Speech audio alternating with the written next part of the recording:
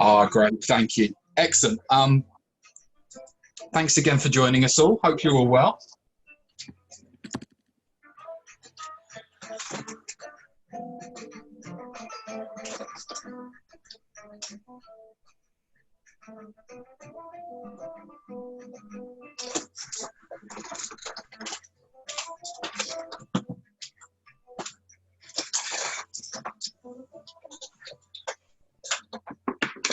If you didn't hear earlier on, if you trying to make sure I'm muting this. If you have any masking fluid or sellotape, feel free to use that for today.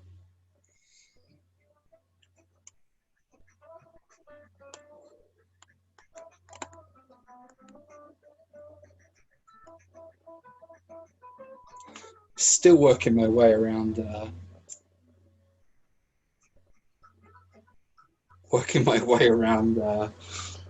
Zoom and trying to make sure you guys can hear and see everything okay.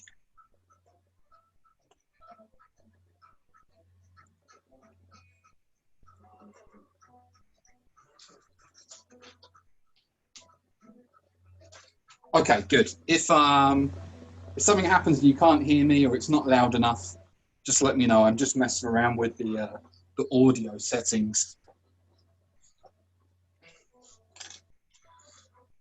I'm just going to stock up on some colours now. Save messing around later on. I thought what we do today is we'll start off with just a value study of what we're going to paint. And a value study is a great way of looking at least the shapes of shadows. So the focus will be on shadows today. And we'll look at three aspects. We'll look at shape, we'll look at edges, and we'll look at tone. And I think that will help us a lot with this picture. I was looking at doing the main picture of Santorini, and it's so scenic, but the surfaces are all very flat. There's no people in there. The sea is far away. So I thought this fishing town would actually be a little bit more beneficial to us in terms of shadows and still getting some detail and foreground and midground in. Santorini is a beautiful place, but I'm not sure if it makes for great composition for what we want to accomplish in a learning environment. Can everyone still hear me okay? Because I've turned the volume down on my phone. So just let me know if you can hear me and we'll get started.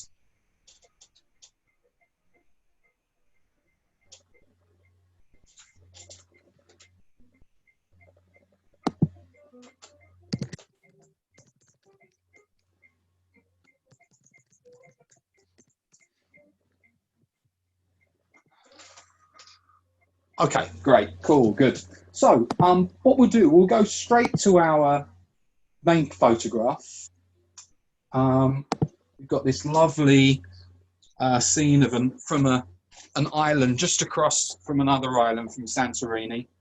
And I looked at a lot of different photos and I thought this would be really good to help us achieve what we want to achieve. So let's just do a value study first. So you can use, I'm using the same size of the paper that I'll use for the actual picture. But you can use a half size if you want. You can use any size you want, or a sketchbook, completely up to you. I'm just going to readjust my computer screen a little bit.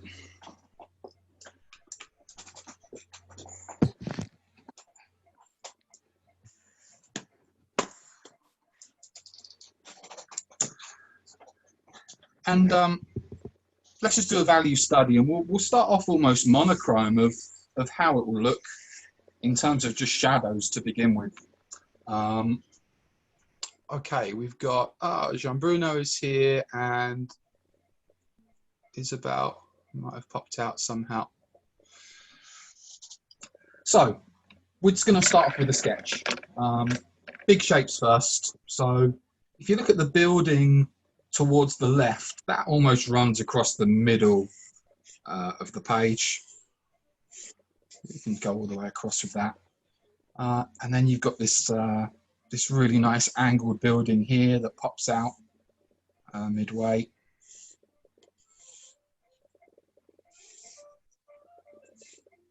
And just kind of fades back again.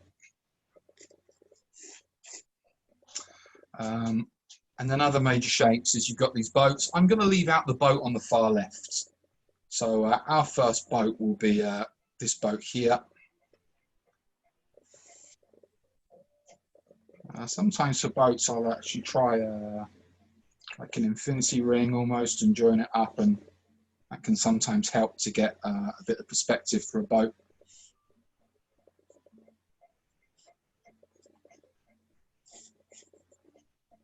And we'll probably leave a bit more space underneath in our main picture.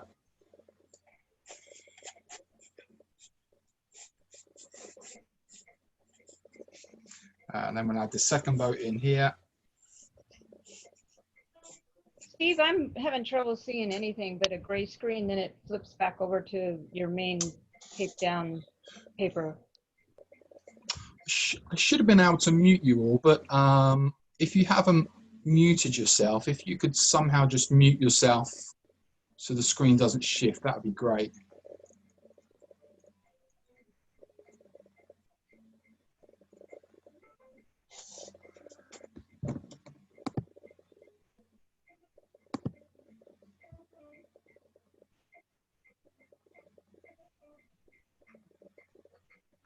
Okay, so sorry, I'm just looking at your messages. So you guys can hear me, but the screen keeps going blank. I have the same problem. I need to pin the video. I can't see anything but white. Sorry. Okay, let me. This is great. Let's figure out these teething problems.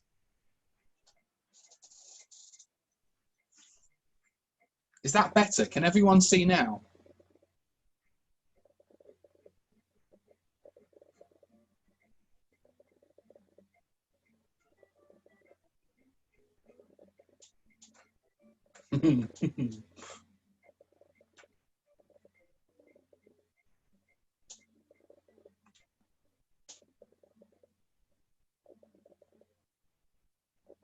Can't see the drawing.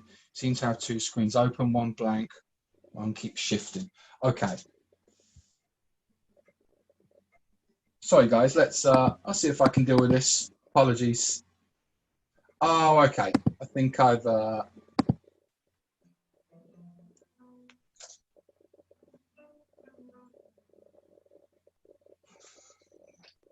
no, not the main painting yet, Deepika. This is yeah, I figured out what I've done now. I'm so sorry.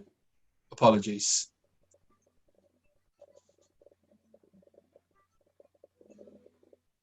Sorry about that slight technical hitch.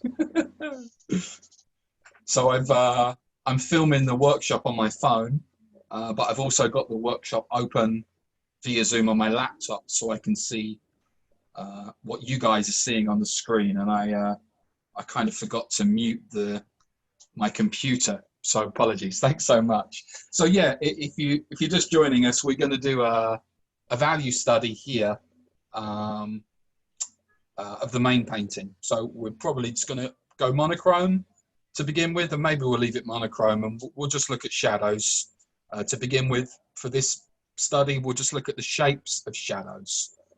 So we're just going to get a quick sketch in here. So I'm trying to get the main shape of these boats down here first. So there's one, there's two. We'll put this one in. We're not going to put this boat in here in the left, but we'll put this one in here as well.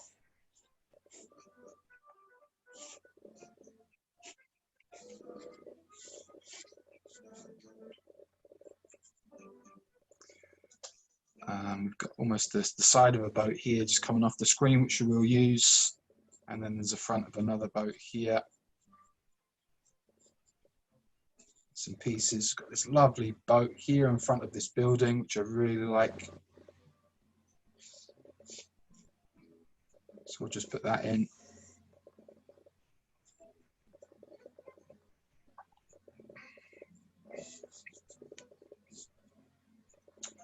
I'm using a 4B pencil because it's going to be quite dark on the page. I thought I'd use my darker pencil for this bit, and I'm not going to put too much detail in. We've got these 3 similar boats here in a row with these kind of flat box where the skipper will be, and another bigger boat here.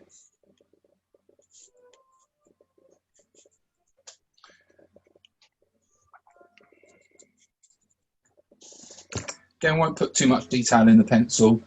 And then we've got these boats here that are facing us.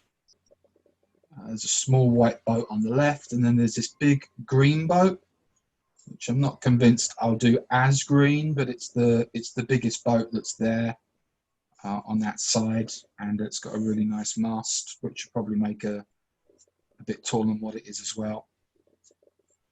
And just a couple more boats on this side. And then there's a smaller gap between the front of that blue boat that's here. And then just a bit of detail on the building. We've got a slightly taller building here with these big windows. And there's a balcony underneath. A few little windows here. This one is just slightly set back, and we'll break the line of the roofing. And there's some vertical steps that are coming down here with some railings. This building is slightly higher, and it's got these bits that jut out and break the skyline. And I'm probably just going to take that all the way to the corner.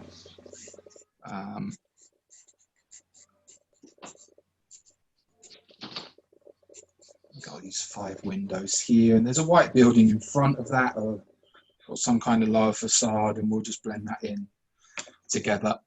Got this building here, and this is nice because we've got some perspective lines here, where these windows give us some really nice perspective.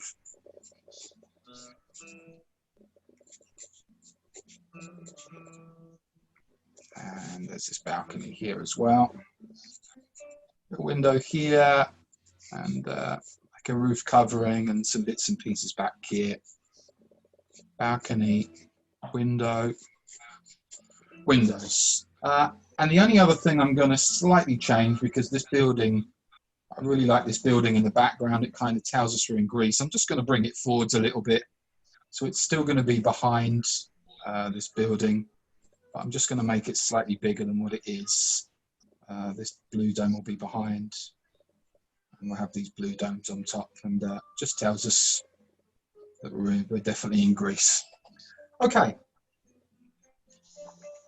So if you need a bit of time to finish the sketch, go ahead. It's very basic and straightforward, and we'll see if this will help us on our way.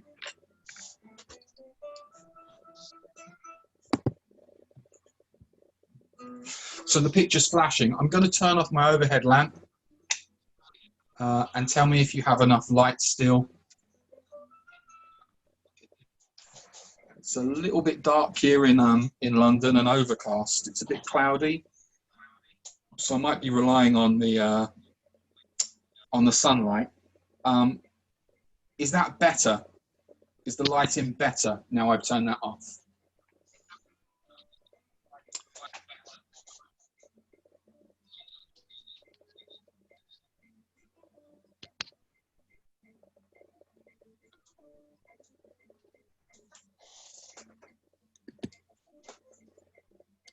Yeah, you're right. I need to mute my laptop. Thank you. Muted. Hopefully that's better. Earlier on, I could hear myself coming back through the phone, so that's what I was messing around with at the beginning.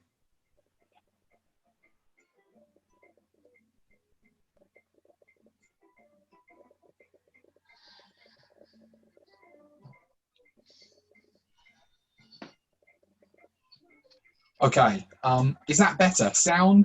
Is sound better, and is the video better? Is the light okay?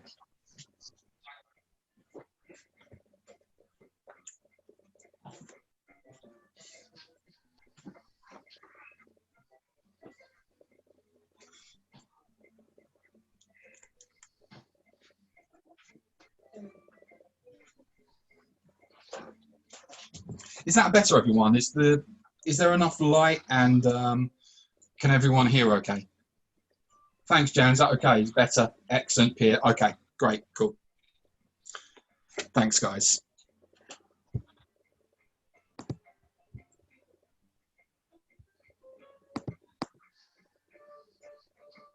Okay, back to our picture.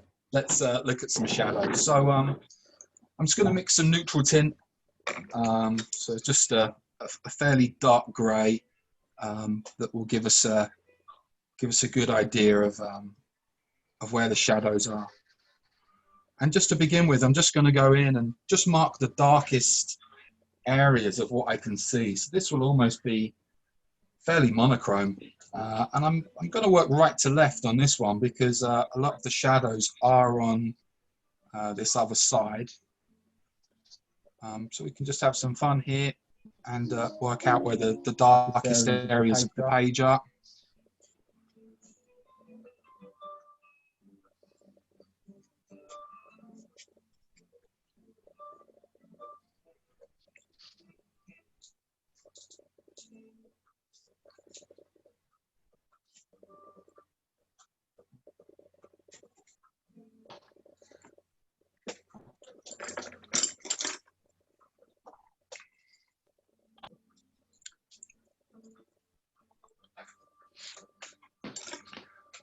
It's almost a white line where that balcony is, so I'm just going to try and leave at least a little bit of light there if I can. Maybe make it a bit lower than what it actually is.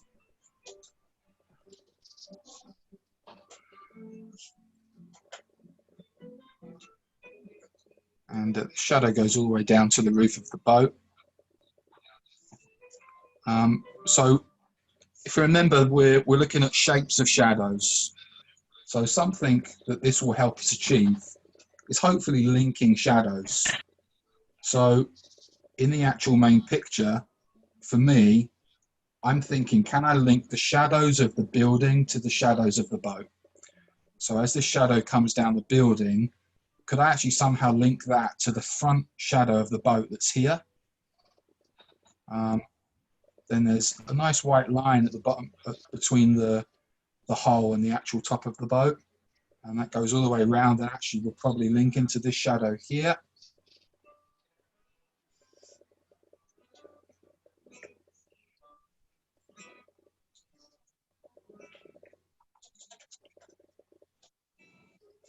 And there's a nice white bit at the front of the boat.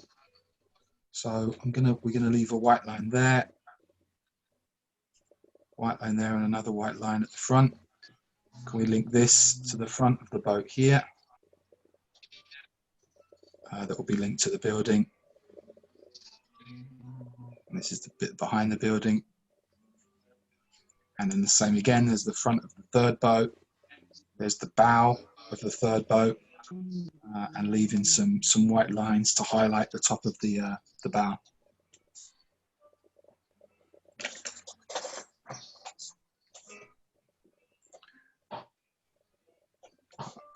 And while we're on this bit, if you look at the hull of the boat here, it actually blends into the shadow of what will be the water. And although the water's one colour, it does go from dark to light all the way to the back here, and is very dark here. So now we're linking shadows of buildings to boats, to reflection of the boats. It's maybe a bit tricky to think of things in such almost a literally black and white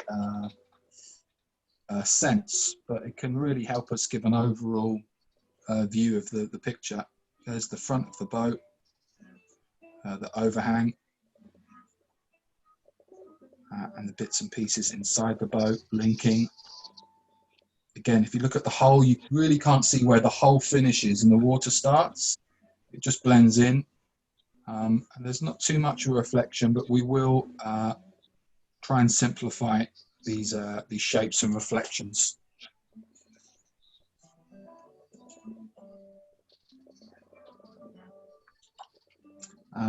There's a shadow that comes across. Obviously, it's the shadow of the building that we've just painted coming onto that back building. There's a few windows. We'll just darken these windows. They're not really parts of the main shadow, but they are affected by the light. There's a door, and there's the shadow of the door coming across. Again, here's the kind of the back wall of the harbour that just blends into the water.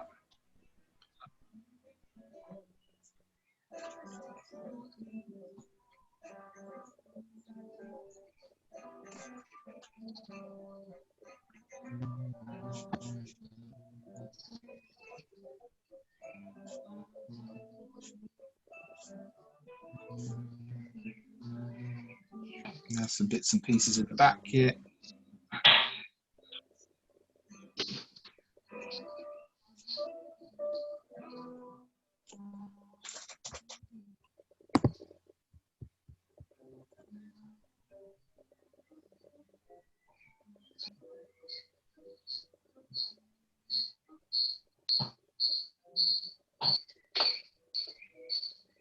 Jean-Bruno, if you could mute yourself somehow, that'd be great. Thanks.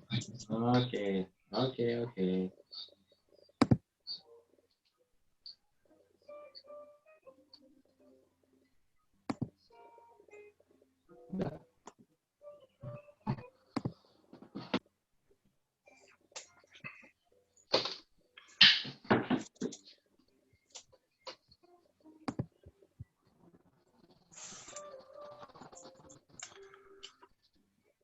Okay, now we've got this, there's our fifth window, and you can see there's a small faint line, a shadow that goes across the top of that building.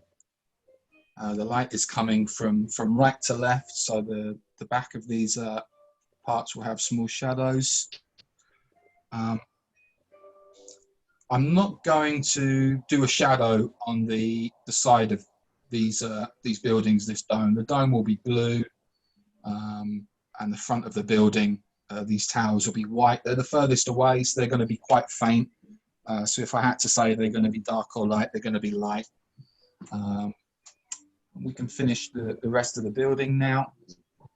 You can see there's bits and pieces here on the top of this roof that give it a bit of character. We've got these dark windows and doors.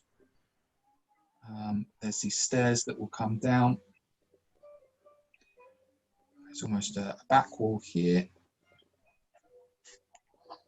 Another window.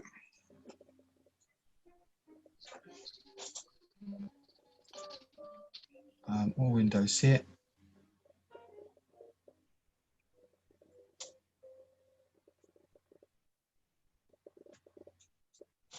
And just some bits and pieces here.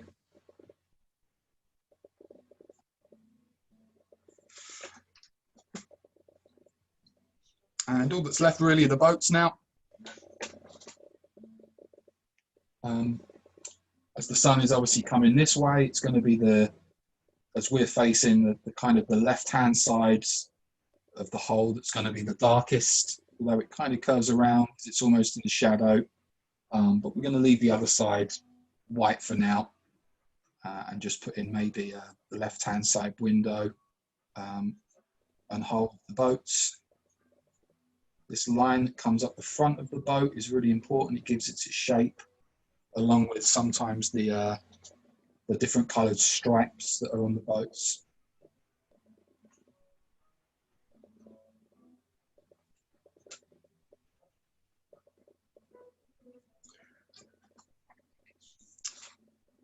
And as again, you can see the whole kind of blending into the water.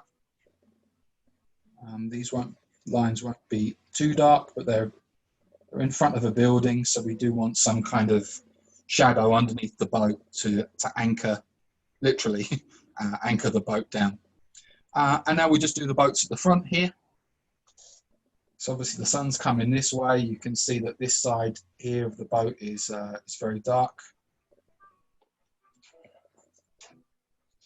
And then it's trying to really convey that there's a boat there, and this is the wonderful thing about watercolor. Can you convey something that's complicated in just a few brushstrokes, really? So we've got that side of the hull. We've got this side here of the main part of the boat. And then there's nothing more really than a few lines to tell us it's a boat.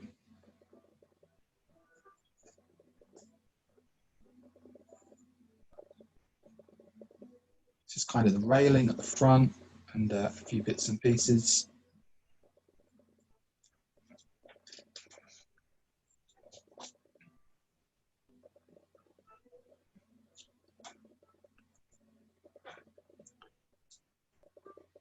It's our boat that's next to it. This side, that right-hand side of the hull, or port or starboard, is that port, I think. That's we'll leave that, just that little white gap to show that's the other side of the boat coming round. Then we have this one.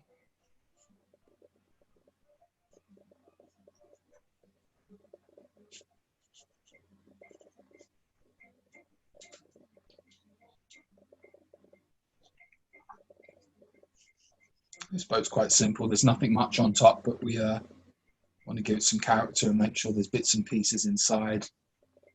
You can see that this inside part is nice and dark as well.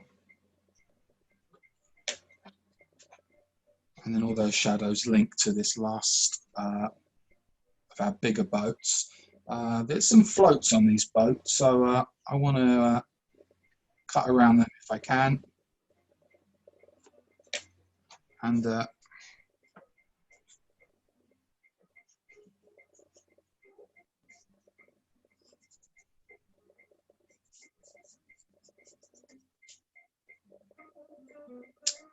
while I'm thinking about it, apologies if you haven't received feedback for last week's workshop. This few unexpected things come up this week, and I'm slightly behind, but I haven't forgotten about you. I've got my my main list of people I've been able to get back to. So I think everyone that I've that sent in, I hopefully responded to you to let you know I got them. If I haven't, you're on my list, and I will be sending that out this week. I really enjoy doing the feedback, so apologies that it's taken me a while. Okay, we'll link the boats to shadows. So as you can see, obviously the boat on the left is creating a big shadow, but we will just link this hull to some shadow here, which will link into this one, and the shadows will connect the boats and once again anchor them.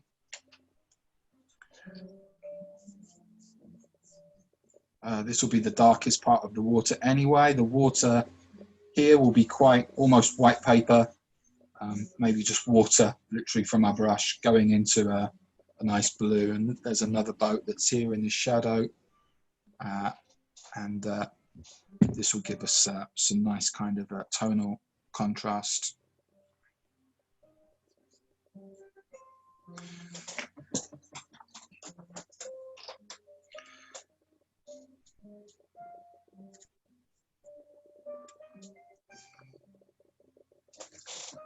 Cool. And then just the other thing I might look at now is just a smaller bit. So there's just almost on every roof there's just a little line at the top, and there's just little bits and pieces that we can put in. I think for the main shapes and shadows, that's probably it.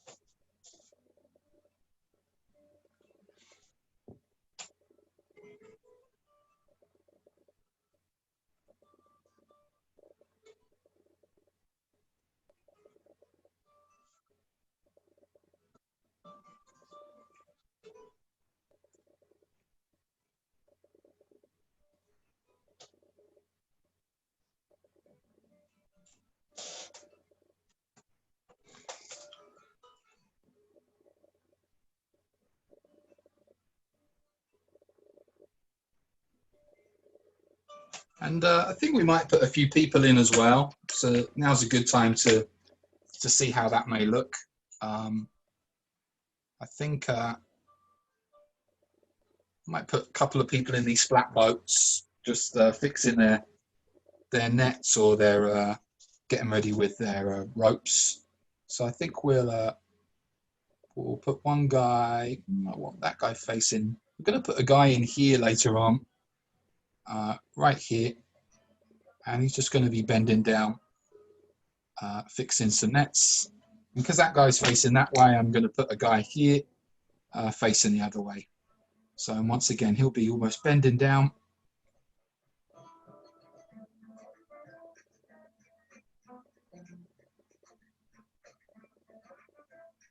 And it looks very strange at the moment. There we go, it's better. And he'll just be fixing something, a bit of rope.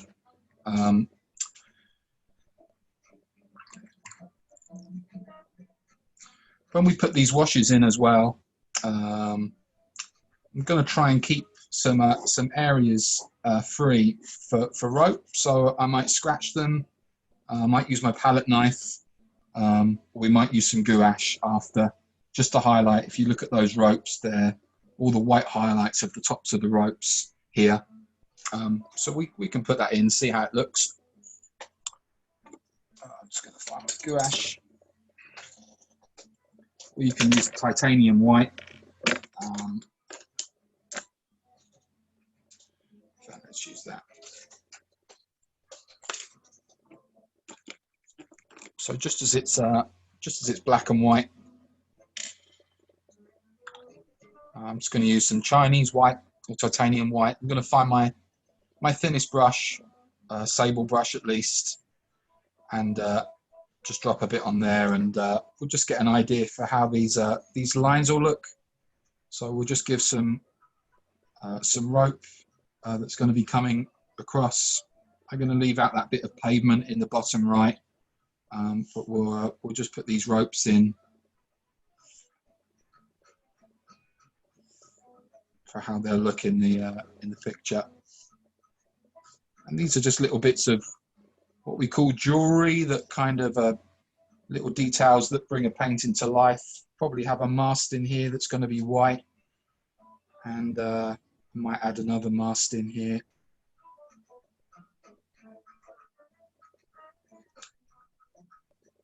Yeah, I think that'll be enough. So yeah, we'll just put these little highlights in into the main picture when we get started.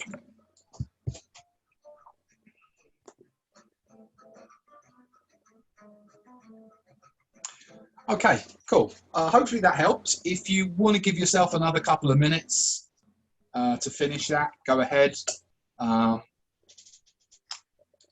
Something I might do is just go in and put a couple of darker values into the shadows. So now, rather than use neutral tint, I might use black. If you've been using black, it's no problem. Just go in a little bit thicker. But now I can just look at the darker values of these windows that are here. I'll probably make these doorways darker here.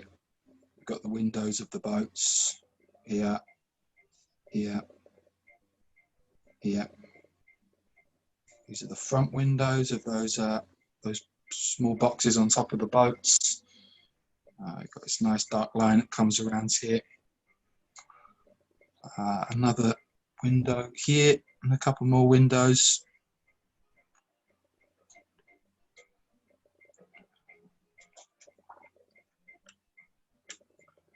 And that's probably about it for the real darker parts. There really isn't too much else. We'll probably just highlight the fronts of some of these bows coming out a little bit.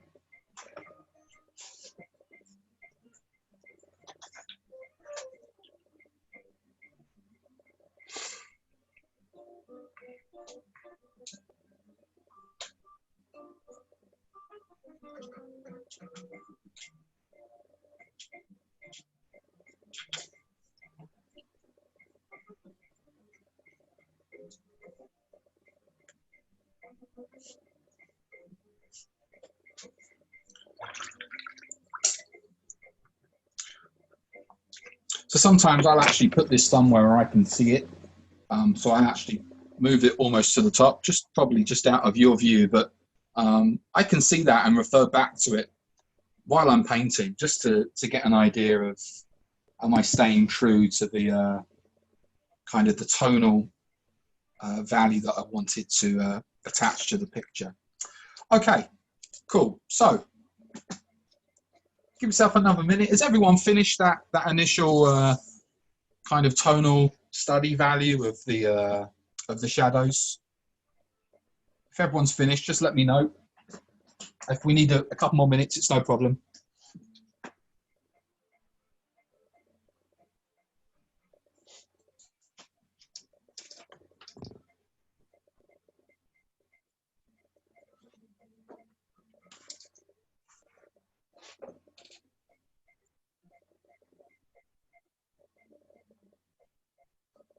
Good. Can you guys hear me okay? Everyone hear me all right? Can everyone, is everyone done, or do you need a bit more time?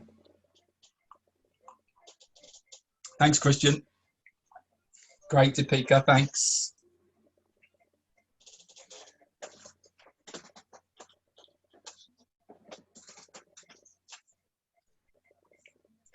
Already done. Fantastic. Cool. Isabel, thanks. Excellent. Okay, cool. Sounds like everyone's good. Thanks, Jan. So let's sketch it again. I am going to use a lighter pencil now, so now I'll go back to my 2B. But same thing again, big shapes first. So this we have this building that comes across the middle. It's almost exactly across the middle, really.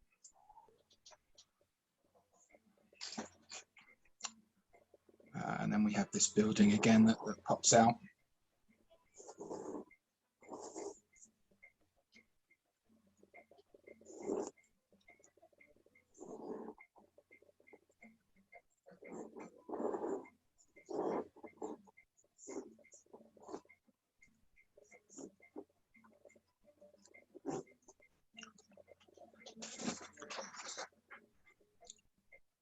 And then we'll just do our other big shapes, our boat.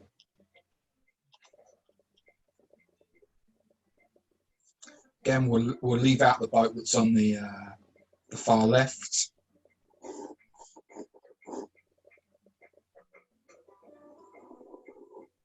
In fact, I'm going to make this a bit higher because I want to leave a bit of space underneath for the reflection of the water.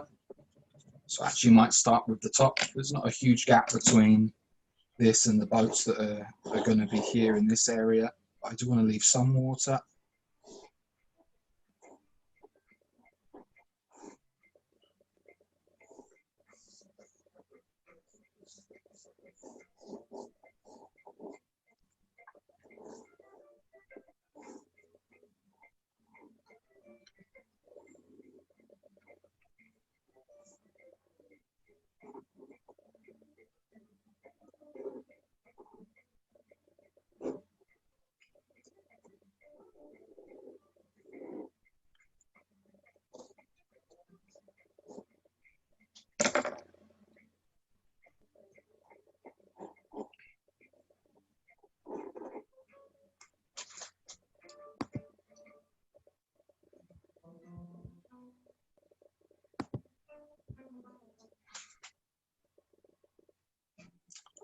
Sometimes getting these shapes of these boats can take a while. It's certainly not as bad as horses. Again, if you get the shape wrong, it can really mess with the perspective. So I might have a few pops at this.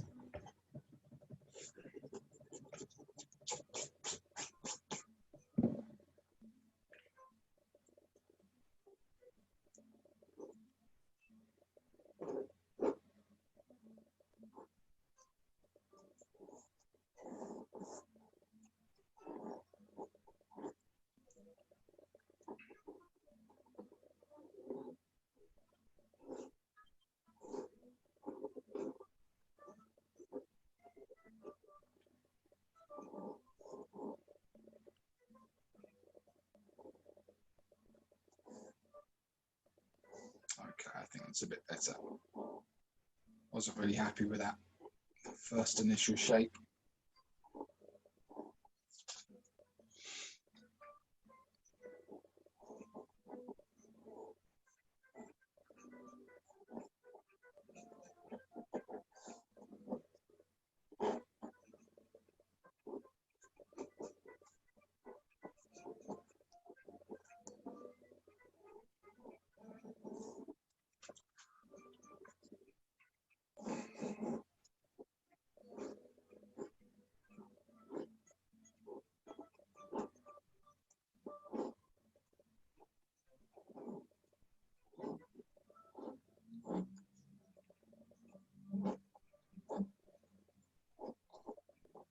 This is the boat here. I think we'll put a person in.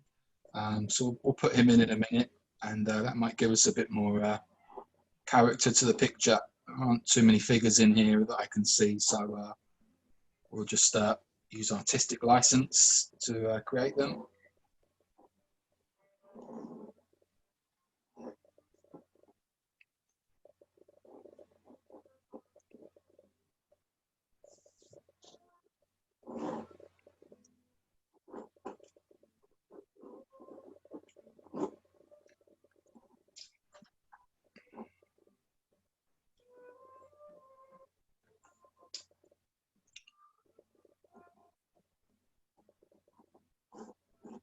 Because I'm happy with that area, I'm actually going to put another bit of tape down here.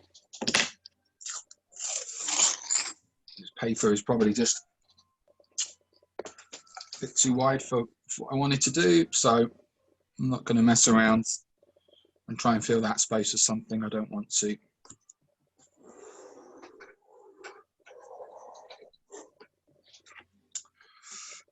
Okay, let's get on this boat here.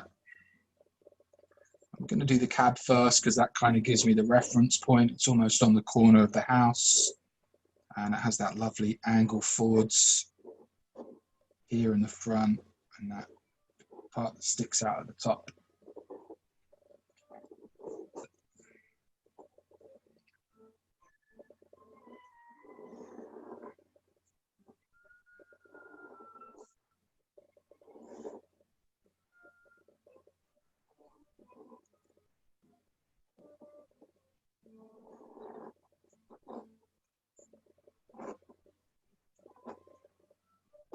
And there's that little block in the back here. There's some covering.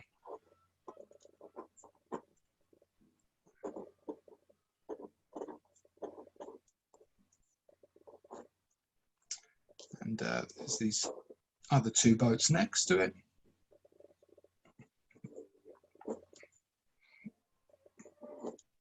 Same thing, they have these forward-facing cabins where the captain is.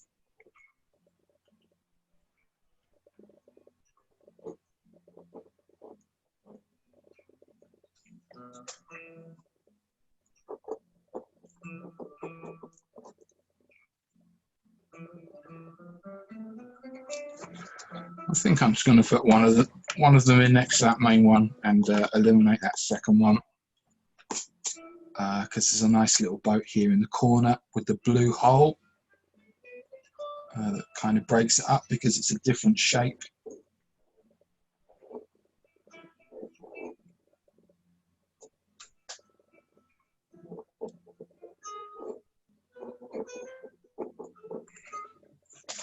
Okay, we'll come back and put a bit more details in the boats. We'll move on to the buildings.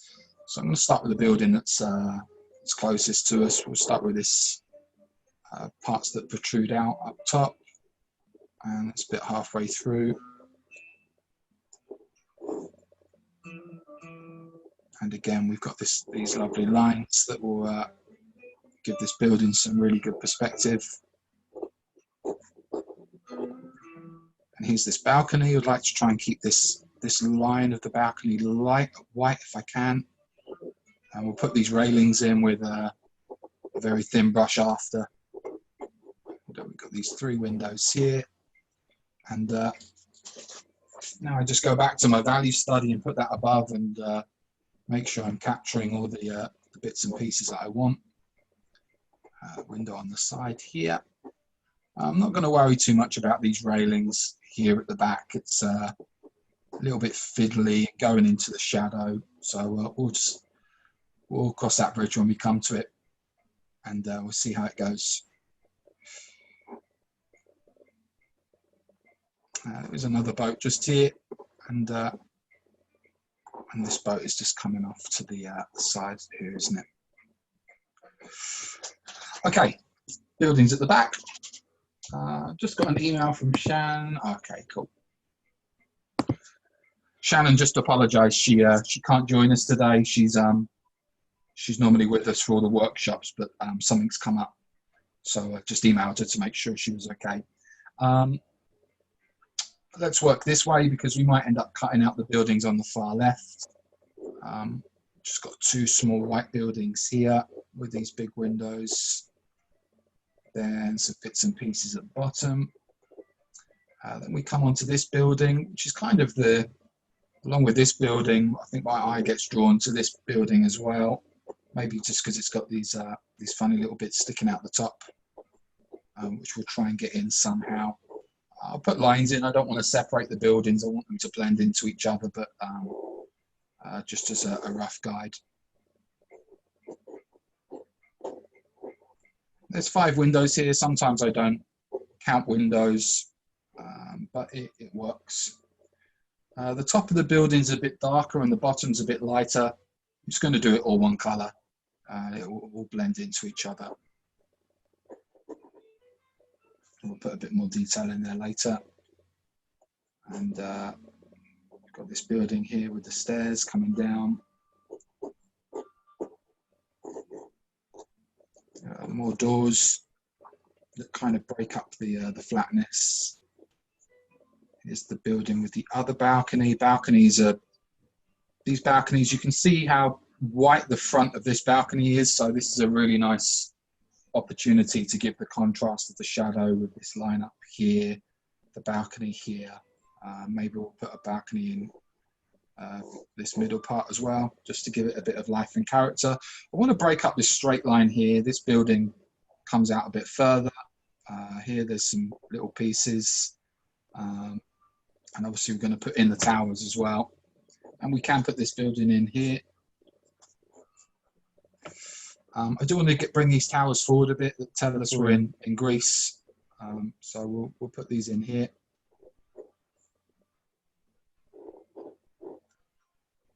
There's a nice dome on top of each one. And you can just about see it in this picture, but there is another blue dome behind.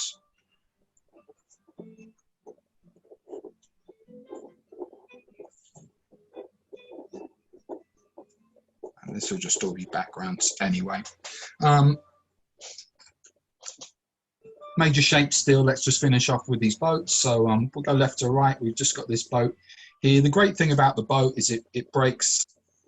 These boats are all here. They kind of break the middle ground. So they break the line between the buildings and the water. There's only one gap here in the photograph, and I think we can make that work. Much like people in the street would break up the ground between buildings and the actual street or the road or cars in the middle. The more you can find ways to break that line, the better. So finding, in terms of composition, finding photos or scenes that have boats, cars, people, trees, fences, walls, anything that can kind of come to the fore a bit and break the gap between both the foreground and the midgrounds can be really helpful. So these boats are great because we can go really dark in behind the boats and then go right into the water.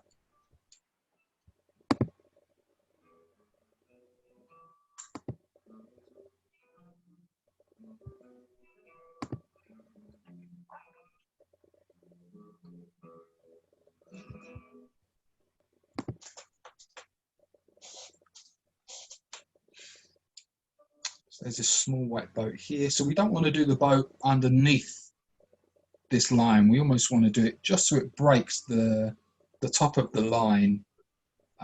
So it's sitting in the water, but it's becoming part of the midground as well. We've got this green boat here with this really big bow that's coming up.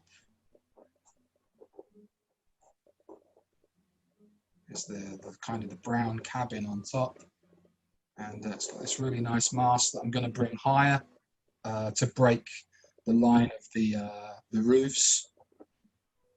And then we've just got a couple more boats in here, and this is still going to be background. The shapes are important, but the detail isn't going to be massive.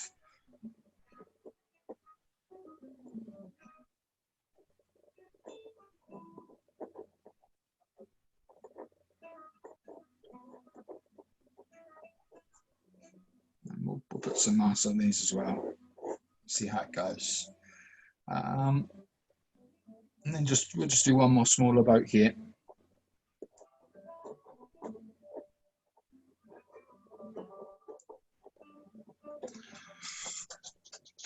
And now we just get into a bit more finer detail.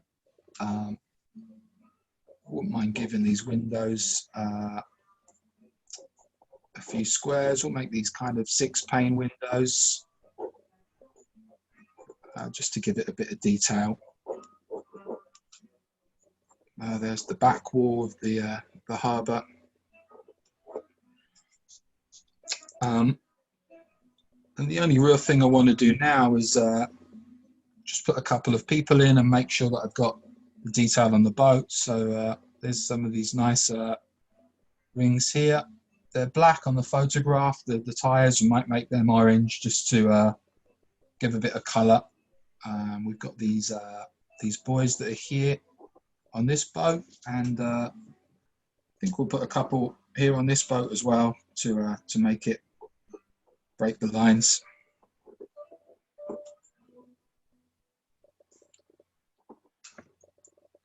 And then we'll have these lines here. I'm not really going to follow these lines, but it'll just be more of a memory guide to help me.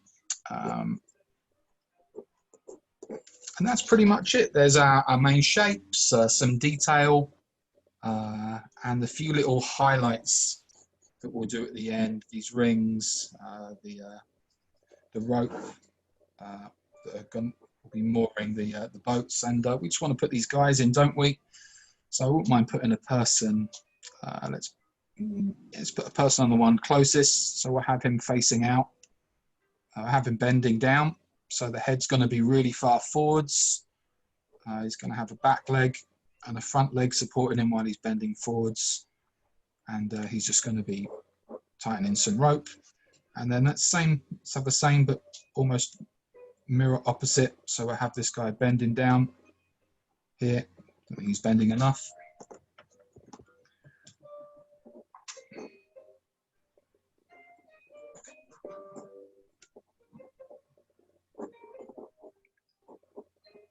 And he's just going to be fixing some rope, getting ready to go out fishing for the day. Just going to tidy up some windows in here.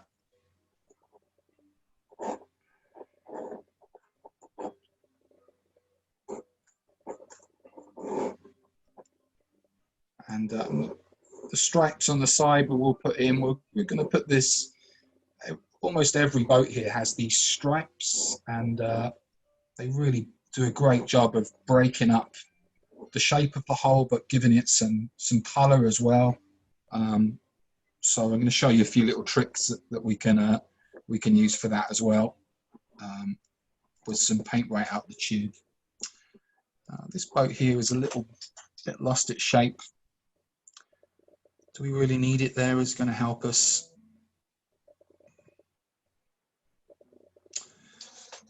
I think this boat kind of links. Yeah, let's put it in. Let's put it almost in as the back of a boat, and we'll bring it off the picture. And that way the water will be down here. Put an engine in the back, some bits and pieces inside, and some rope. Okay, cool. Take your time with the rest of the planning.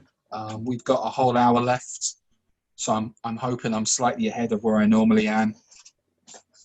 So yeah, take your time. I might just add a bit of detail in here with these panes of glass, the windows.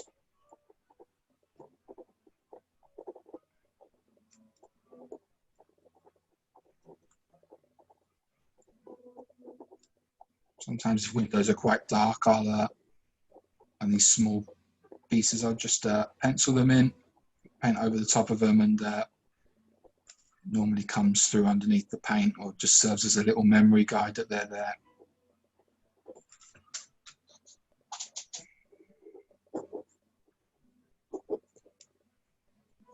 I don't normally draw lines where there's shadows because I don't like being tied to a line for where I want to draw a shadow. So it's something that I'll normally just add in later on, or use my study guide up here that I've put up here as a bit more of a reference. But I will make a few lines darker, so I'm just darkening the lines of these windows just to remind me that that shadow is coming this way from right to left.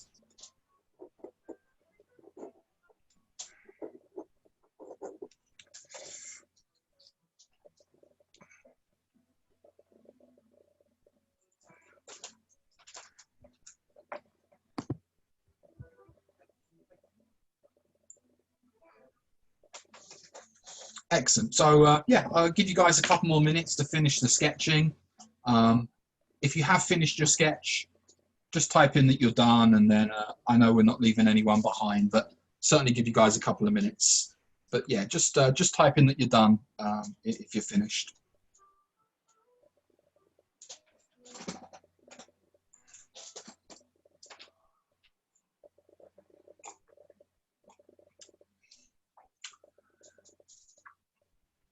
If you guys haven't seen, yesterday I did a free workshop just for beginners on, posted it on Facebook. I did that on Facebook Live. We had just over 100 people join in, but it might be of some use to you if you haven't seen it. So it's still on my Facebook page, and I looked at some different types of paper, some different types of paint, different types of brushes, probably a lot of things that I've already mentioned to you, but I thought might be helpful for beginners.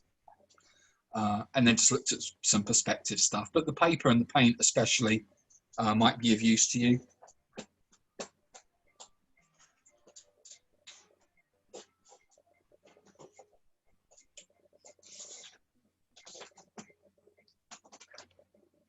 So if you're still sketching, hopefully this won't be in the way, but I did a little study of different paints. So this is Winsor and Newton. This was Daniel Smith, and this was Holbein. Some slightly different shades of red, but you can see the Winsor and Newton, the pigment just kind of stayed very much the same, and then dried almost all at the same time, which meant this kind of bled up.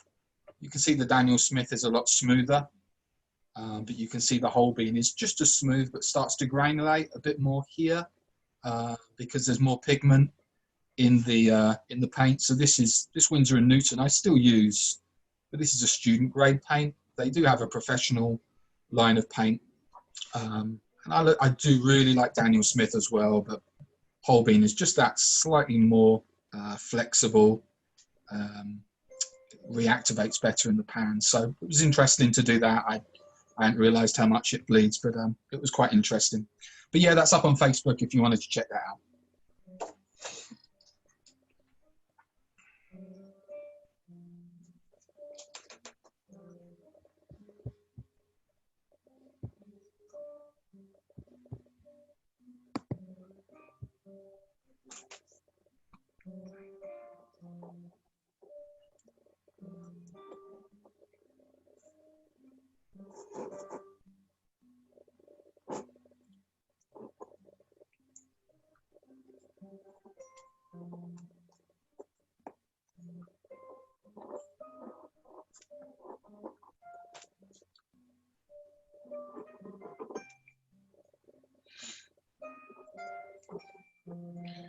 I want to make these lines a bit harder on these boats because I want to make sure I negatively paint around the roofs of these boats, so it's important that I remember that there. Sometimes I do a wash and forget what's there underneath my pencil mark, so just try and make sure I remember. If I forget, shout and tell me. No, I'm joking.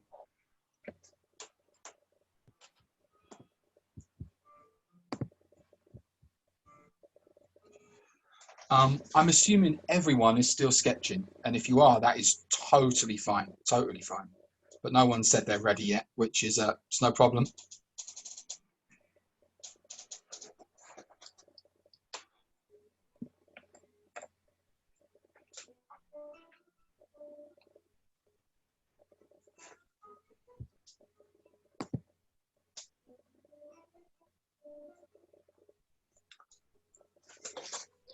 Thanks, Harsha. All done, good.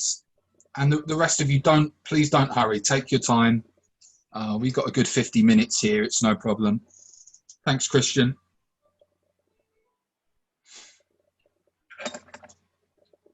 Just going to rub out the lines I use for the perspective of the back of the boat.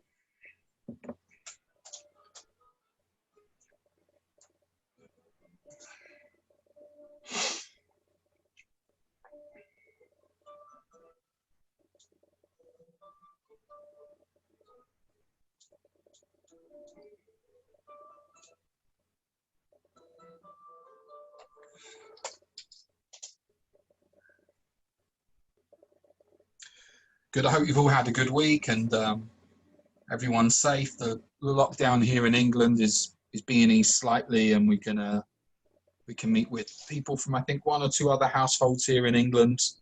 So I think about half of us here on the workshop are from England, maybe about a third, and the rest of us are from all over the world, which is fantastic. So I really hope everyone is okay in their part of the world, wherever they are.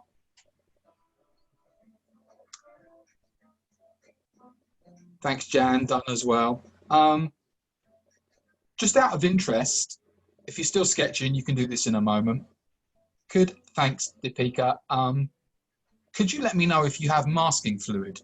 It's not something I put on the list of equipment, and it's not something I use a lot anyway, but I'd be just interested to hear, does anyone use masking fluid, or do you have it? Yep, so Deepika, you have it, great. Excellent. Akika has it, good. Isabel, great.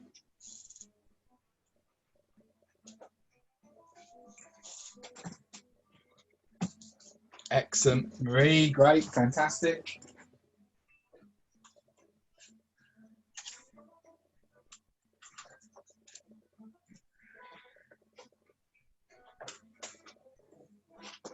Jan's got it, fantastic, cool. Anyone not got masking fluid? That might be the easier question.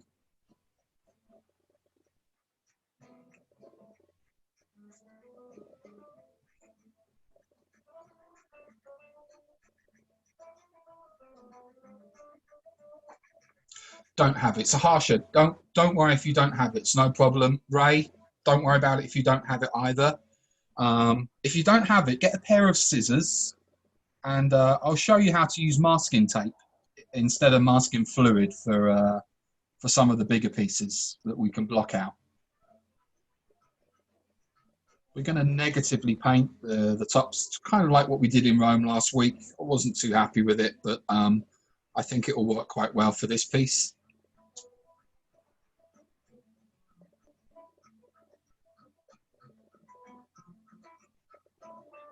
Is anyone still sketching? Does anyone need more time to sketch?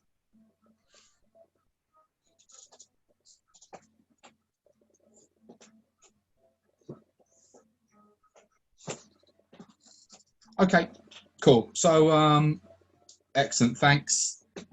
Kika, fantastic, good. So I'm just going to show you 2 different types of masking fluid. So when I first started using masking fluid, I can't remember the make that I used first, maybe Winsor & Newton.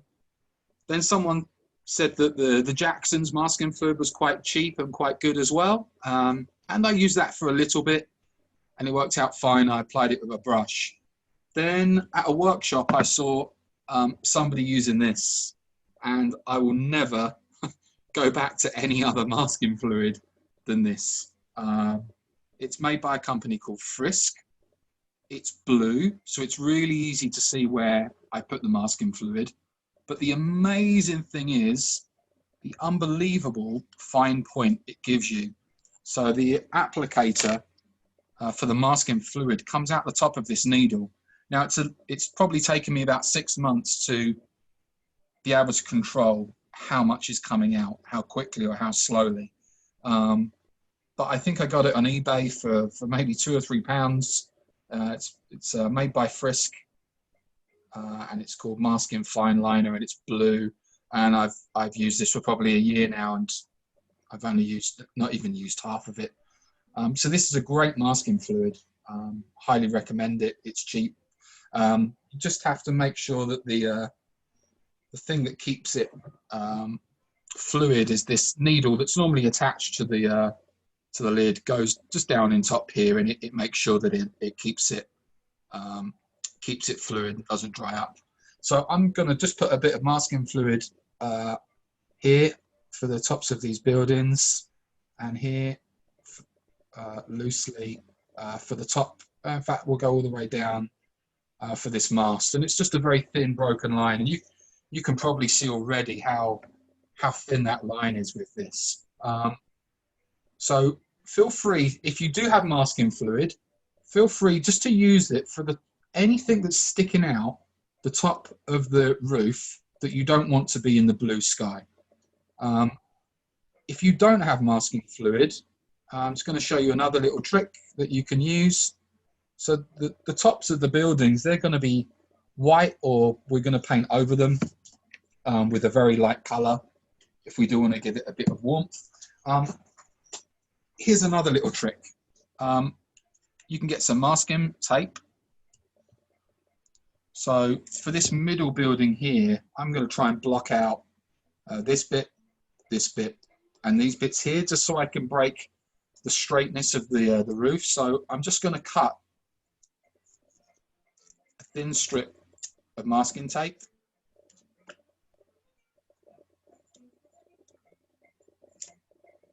And then I'm going to cut another thin bit again.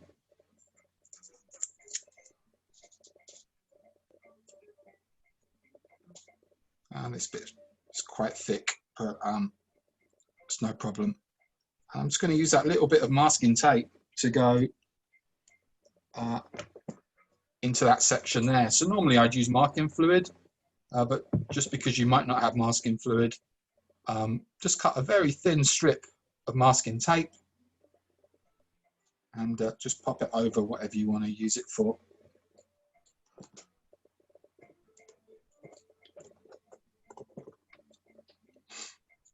And this just saves a little bit of negative painting. It means you can use some broader strokes when you're painting, and it saves a little bit of messing around on your part when we're doing this sky.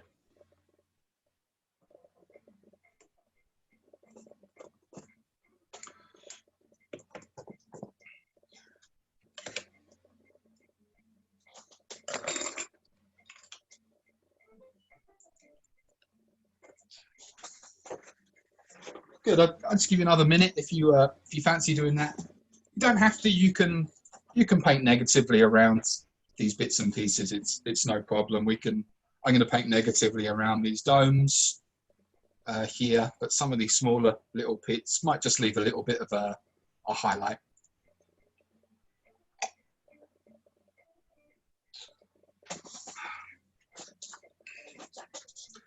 Okay, if you're good to go.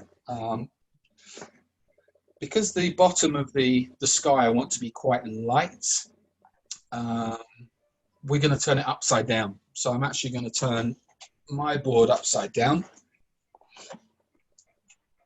And I'm going to start at the top here and work my way down the page. And hopefully the water will run and the paint and pigment will run down. If it's not running down enough, I'll probably angle or tilt my board more. And hopefully this will just give us a bluer top of the page and just slightly lighter as we go higher. If we turn it up the other way, then it can run down. If I was doing a cloudy sky or all the same color, then it would be a bit different. But I don't want the pigment to run down towards the white building. If the top of the buildings were going to be brown or yellow ochre, I'd have no problem with the blue merging in. But I want to try and keep these white, and we'll see. Something I do want to keep in mind here is I don't want these lines to be too boring and flat. So here there's lines that are being broken, which is great. So here I'm thinking about this edge here. I actually might use a very dry brush stroke here. So this becomes a very broken edge, and just comes down in here, and I might even use another broken edge. It's nice to try and vary your edges, even if in realism they're all the same.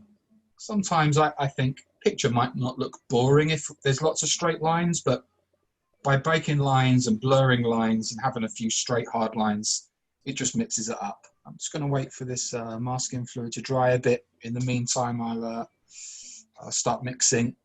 Yeah, we might have to wait a little bit for that. So in the meantime, just off to the right of the screen, I'm just going to mix some cobalt blue. And I'm going to use a fairly big mop brush for this because I want it to be nice and smooth. So I'm going to go to probably the second biggest mop brush I've got. This is the Skoda size 18 Ultimo. So it's a synthetic squirrel hair brush that I like to use, and holds a lot of water. So if ever I'm doing a sky, and this isn't a huge sky, but if ever I'm doing a sky, the last thing I want to do is mix paint, start the sky, and then I've run out of paint. Then I have to remix and then go back in. That's when the water consistency of my brushwork might change drastically because I've gone back in with another wash. I want to see if I can do this wash all in one go. So because of that, I have to mix a lot of water. And this is something I was really bad at to begin with. My skies would be awful and cauliflowers and big patches, and they're by no means perfect now. But I'm trying to force myself to make more pigment of the wash in here so I don't have to remix halfway through. So here's a few little things that I do. I normally use my spray. I put a lot of water in here first, so I'm not having to constantly go back into my big well. Sometimes I'll actually dip into the paint that I've got here. Sometimes I'll actually get it out the tube and put it directly into the palette, so it mixes nice and fast.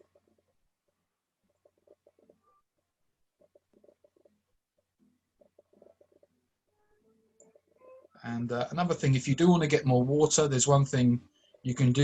I'm just going to try and do it where you can see, hopefully. You can squeeze out of the brush, so to get everything out of the brush, then go back in and get some more water from your pot, and then go back in again with more pigment.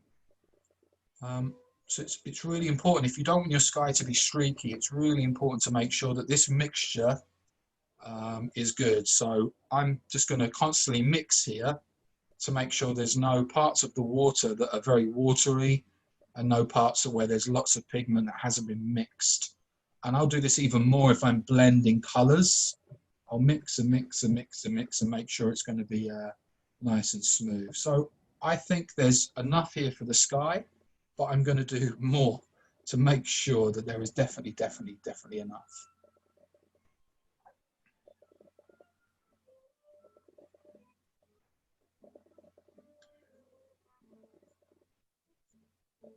You can pre-wet the paper when you're doing a big sky. It's up to you. I'm using Arches paper today.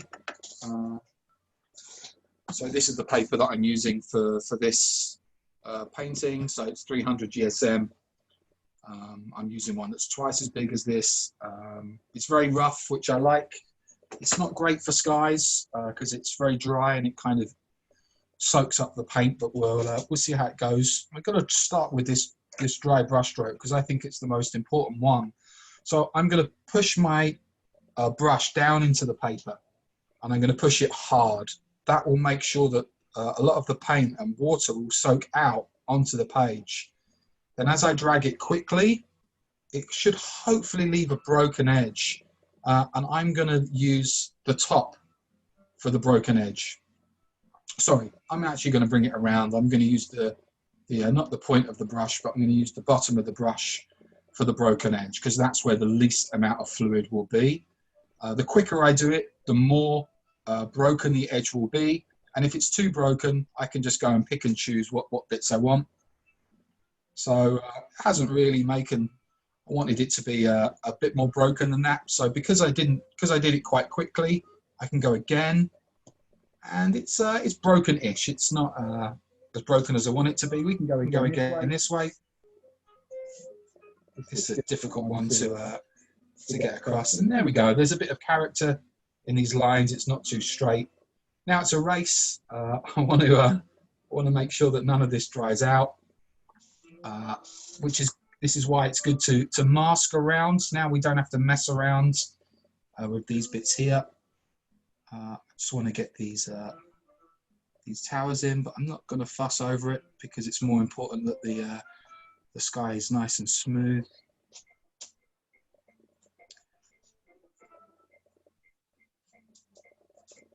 And I can already see that the paint is almost drying as I put it down because my brush is running out of fluid. So I've got to remember to reload and make sure that I have this bead of paint going across the page so it's not drying out anywhere. I'll go for another broken edge here. Okay. Now I have to be careful. I'm not putting too much wet pigment underneath where it's going to cauliflower up. So it's just something if I do see that there's maybe the water is welling a bit too high, I may just give it a couple more brush strokes just to make sure it's heading down the page. And it's a nice smooth wash. If I can see that it's starting to well up again or there's too much moisture at the bottom, here's a couple more tricks. So I can see that it's starting to well up just at the bottom of the masking tape here. So I'm going to use the same brush because I don't want it to be too dry, but I'm just going to squeeze out all the excess paint. So this is the same brush, but it's a bit dry. And I'm just going to run it just so it literally brushes just a very small bit. And as you can see, hopefully, it's soaking up just the moisture at the top of the page, the paper. And that means that it won't hopefully bleed up. Another thing, if you can start to see that the pigment is moving up the page where you don't want it, you can tilt the board even more, which makes sure the pigment runs down. If it's going too dry here and too wet here and you tilt it too much, then it can well too much. So it's finding the balance of not having it flat, not having it straight. And that's just a small thing. It might not be a problem that you have, but it's something to keep in mind. I'm going to keep mine upside down until it dries. I think still got half an hour. We've got lots of time, so I'm not going to use a hairdryer. And even though there's a few little mistakes here, so there's a bit of blue in here, I haven't really cut into that corner very well. I don't care. I'd rather leave it as it is than go back into it and potentially try and fix something small that becomes a big issue. So that sky's nice and smooth. It's drying quite nicely, and hopefully I've got a little bit cut out at the top of these roofs to give it a bit of character.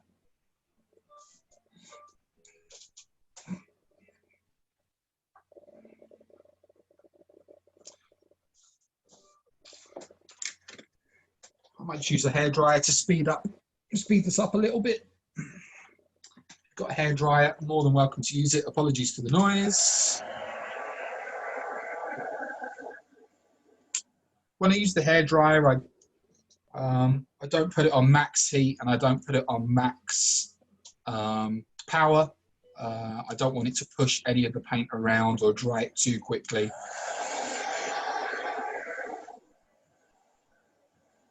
I won't focus in on one spot or hold it too close. A nice distance, 5-6 inches away, going across the page. And this will give it a nice even dry.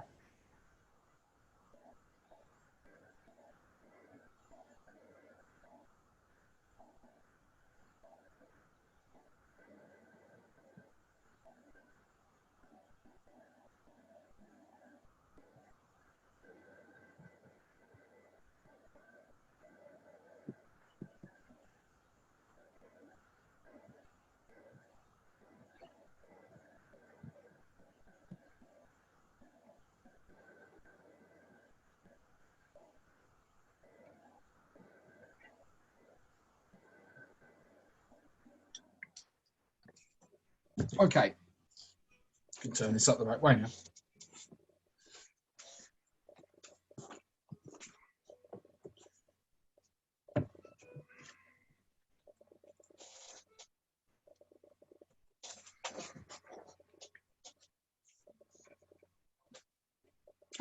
I've really messed the side of that up, but it's no problem. We can make it work. It's going to be very unique. I'm going to leave that masking tape and bits on just for a little bit longer.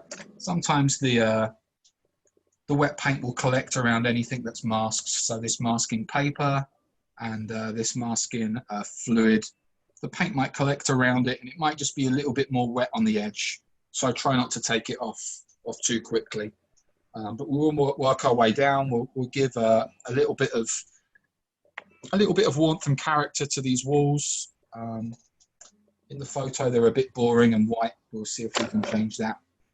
Let's have a little test. I'm going to peel upwards because I'm taking the masking tape off. I might have to go down. So yeah, it's just left some little gaps there and just given the skyline and that roof a bit of character while keeping a nice straight wash, smooth wash. And we can rub this masking tape fluid off. I'm going to leave the masking fluid of the mast on. And they're very small highlights, but it just can look a bit boring if it's just a straight line. Okay, let's give this back wall a little bit of warmth.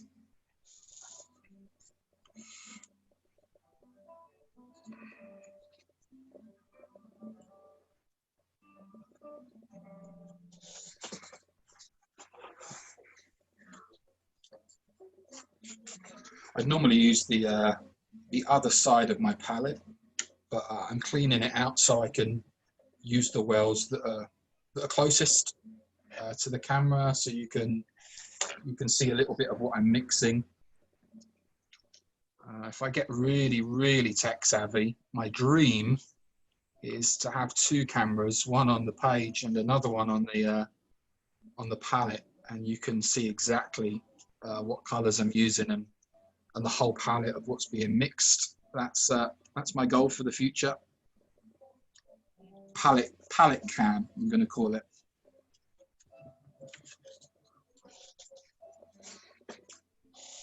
Okay, so we want to give a bit of warmth to these walls, but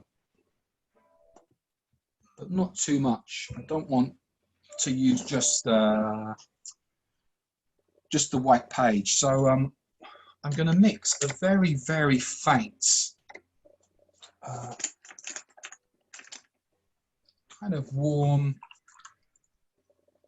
bit of sunlight. It's funny because in Rome, when the light hits these walls that are kind of yellow ochre, it comes to life with red and orange and yellows. And in Greece, you have this wonderful bright sunlight that doesn't really create any color.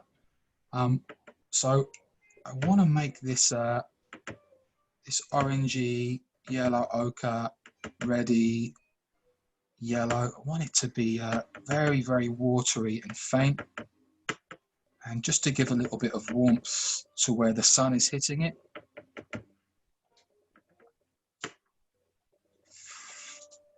So again, I'm going to put my value study up here. So the value study I'm just putting above my page as a little reference point, and I'm going to look at where the white parts of the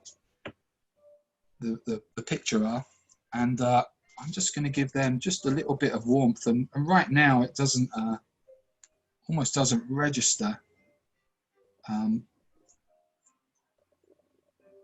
But it just kind of livens up the what would just be a white page. And I want the area here behind the boats just to get progressively darker, because I don't want too much contrast between the boats and the building. I want it to just to get progressively darker as it gets lower.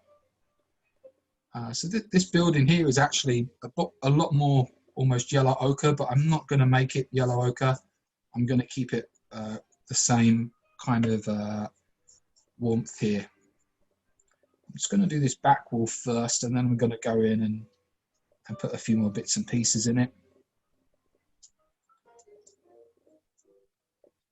So try to use some dry brush strokes here at the top, and just leave some white gaps here so it's not too flat. And might just go in with some bit more neutral tint into that same color. And I'm just going to give a little bit of darkness here towards the bottom of these buildings. Even if it's not in the shadow, I don't want it to be too bright behind these boats. I'm just going to negatively cut around the top of these boats. And this will hopefully make them pop out a little bit, but again, so that there's not too much contrast.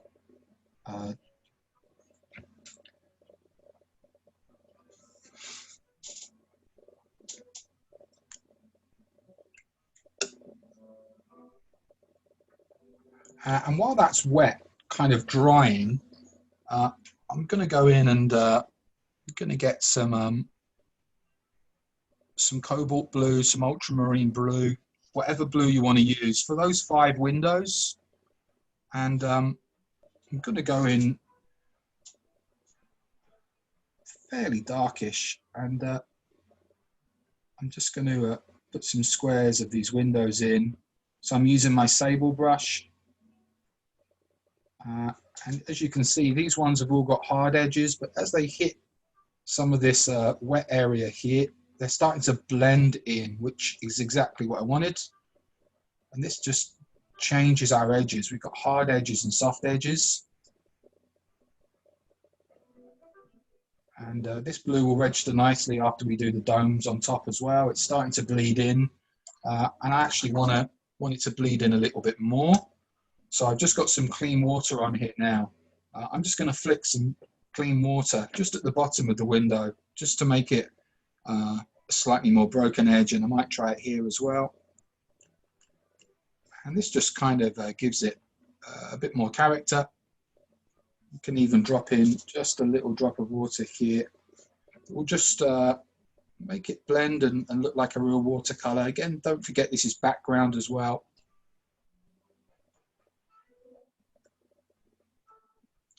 And then something else you can do, just to change the tone, you can just go in with a bit of tissue. I normally bring it to a little point in here, and I'll just push in a few places, just to vary the tone of the paint and to give it a sense of distance as well. So there's not too many flat edges, and not everything's the same tone.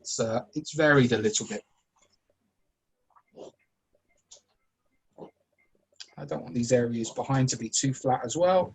So we can scratch out some doors and alleyways just to make sure it's not too flat. So I've just used my nail. You can use a credit card, anything you want, and just scratch out a few little shapes. I like to, just to vary the texture, and it's not too flat and all one color.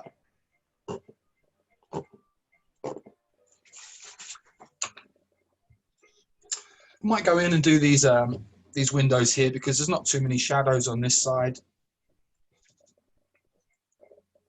Now let's do these domes at the top now. So we've got our blue.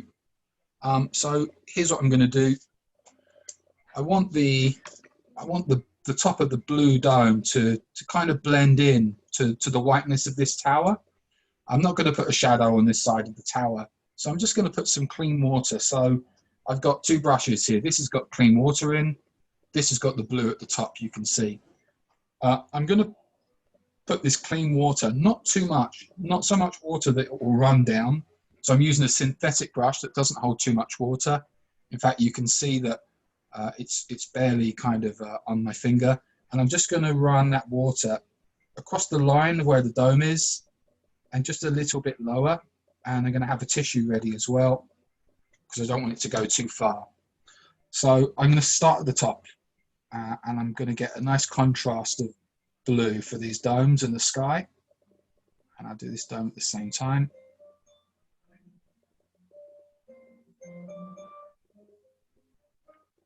And then I'm going to take the paint slowly into the wet area. And now it's just going to blend in very naturally. You can start to see it granulating there. Oh, I'll just put a bit more blue in. It's okay. And now it's just starting to granulate down. And this is a very soft edge. Now, if it runs down too much, like it is here, that was because I pressed my brush in. Just get the edge of a tissue. And you can just dab just at the bottom. I don't rub it. I just push in a little bit. Or you can use the tip of a tissue as well, just to work it out. Hopefully you still keep this soft edge of it kind of blending in to the rest of the building. I might just touch up these edges here. And just give it a very small, fine point on top. Something I forgot to do was paint the sky in the little recess. So I'll just put some very light cobalt blue in here. And we'll put some shadows in there later on. Okay, let's come back to this. Let's carry on with this side. So this side, there's a lot more shadow on this side. And I think we'll do one way is to do the windows first and bits and pieces and then go on top. I think we're going to do the shadow right away. So we'll put the shadow in here. We'll start here. We're going to leave this part of the boat white and we'll start to link the shadow to the boat. So we're going to paint this area as all one shape, the boats and the houses as one shape using a very similar tone. So I'm going to mix a fair bit for the shadow.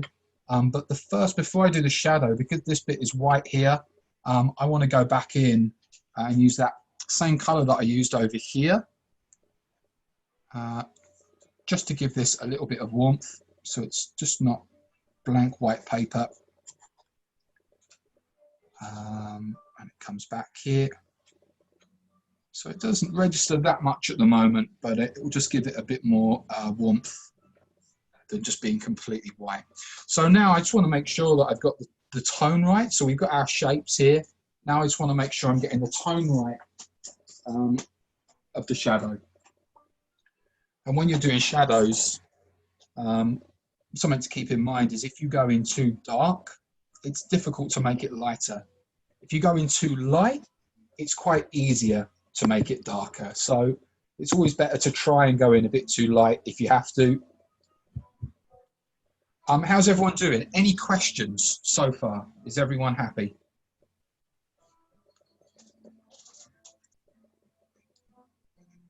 No, tissue hasn't quite worked. So I'm just going to dry brush some of this excess blue out.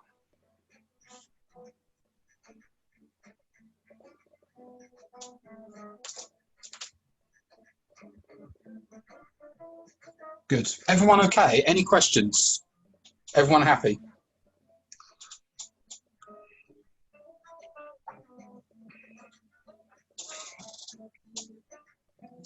Cool. All good. All good. Excellent. Thanks, Isabel. Thanks, Kika. Good. Cool. Jan. Lovely. Okay. Let's go. So now we want to make sure we mix enough. I want to make sure I mix enough of the same tone for the shadows here. That's also going to be for the boats. I also want to make sure that I have enough for the bottom of these boats and these boats. I want to see if I can use roughly the same tone for all of them. So I'm going to mix a lot, and because I'm going to mix a lot, I'm going to use the bigger well towards the right-hand side of my palette. So it might just be off the camera, and it might take a while. But if you can mix enough, mix probably a lot more than what you need for your shadows, because that's probably what we'll do next. We'll do the darker parts of the boats, the wall, the boats, and the boats here.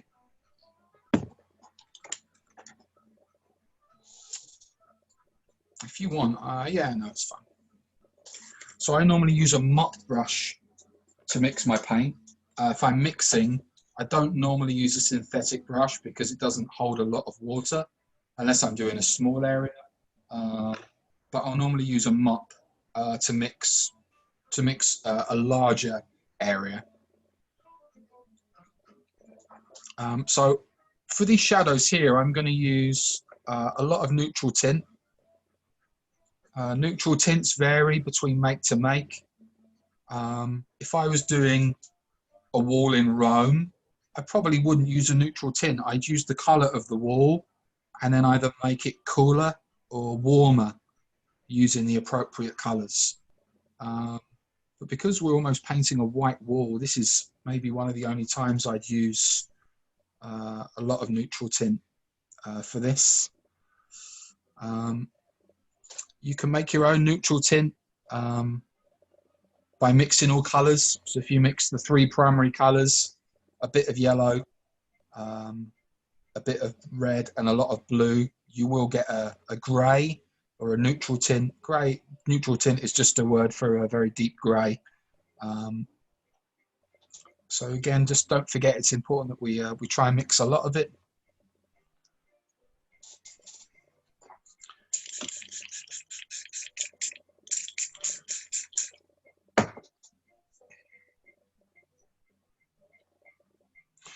And now is probably these brush strokes. The next brush strokes I do is going to be the ones where I look the most and refer back to my value study, sorry. So I'm going to look at the main shapes of this main building, the boats, and how they're all linked. So we'll do this one first, we'll do this boat, and we'll go across. In fact, let's go right to left. So we'll start off with the big shapes first, we'll do the boat, and then we'll do the building. And then there's a little bit more of a natural progression.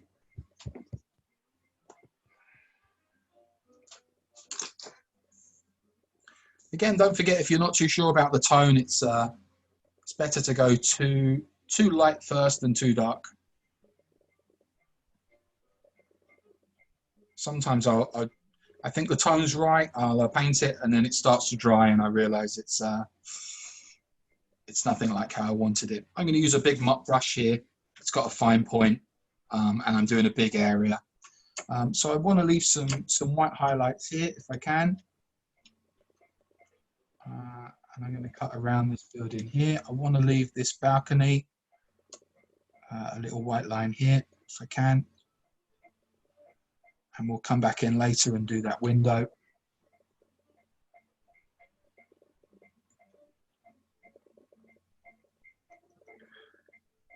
So here, because I've left the line, it's starting to well up, which isn't a bad thing sometimes, but I want this to be a bit of a flat background. So I'm going to get rid of this water that's welled up just with the point of a bit of tissue. I don't mind it getting darker down here at the bottom because it's getting darker around that foreground, which is great. Okay, so now we want to link this shadow here to the hole. So I want to leave a white line at the top of the hole, or the side of the boat. I'm going to leave this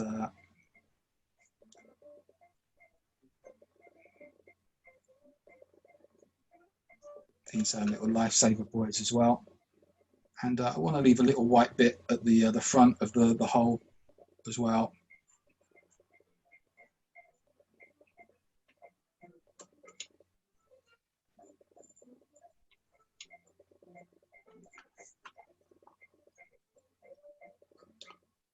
Cool. Now I want to leave a very small white line between the side of the boat and this lovely big diagonal forward facing front of the boat. And I'm going to square it off at the top as well with the point of this brush.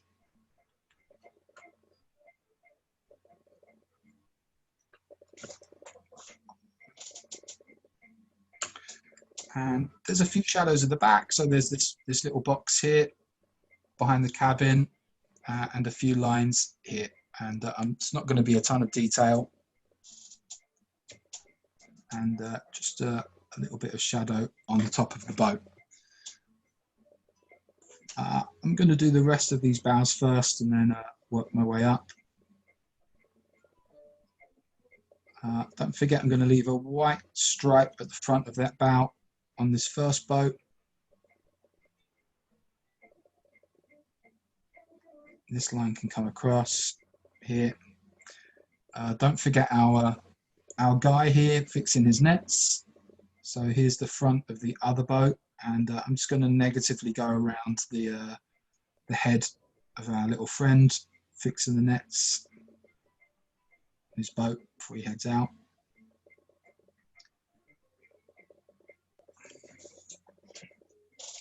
And I think now I can tackle the building above,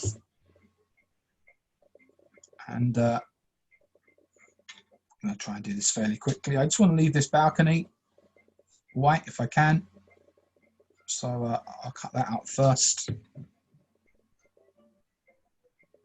The problem with painting down to up is that now my hand might go into this area, so it's something to keep an eye on. If you want, you can plant your little finger on something that's dry. I want to come up and leave a little white highlight to the right of these pieces here. And again, I might try and use a dry brush stroke, so I might use it really quickly across here to get this shadow.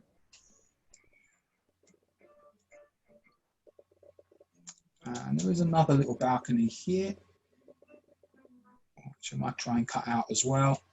And I'm going to go over the windows. We can go in later on and make those darker.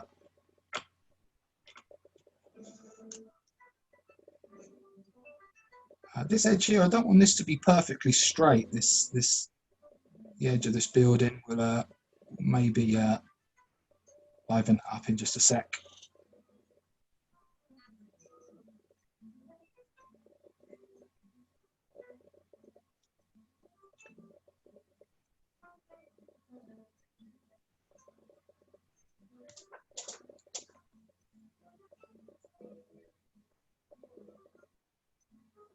I want to leave a little white line at the top of the that boat there, but it's all linked.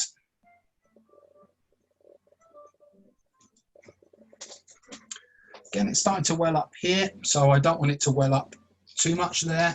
So I'm going to just use the corner of a tissue, just soak up a little bit. If I leave it there too long, it will soak up too much. I'm not going to rub it.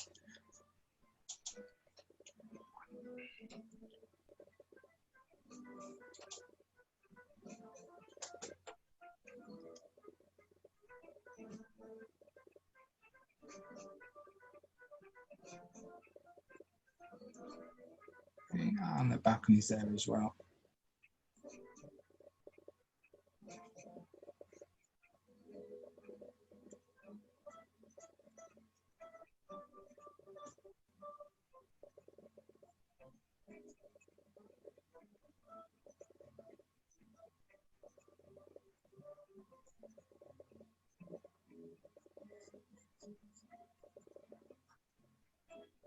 There's the back of the boat.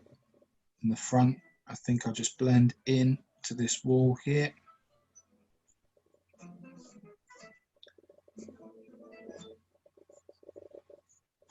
Because this shape is smaller than this part, there's been a lot of pigment going here.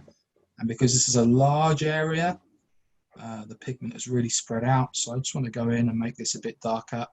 It's still wet, so I can just drop in a bit more pigment to make it darker.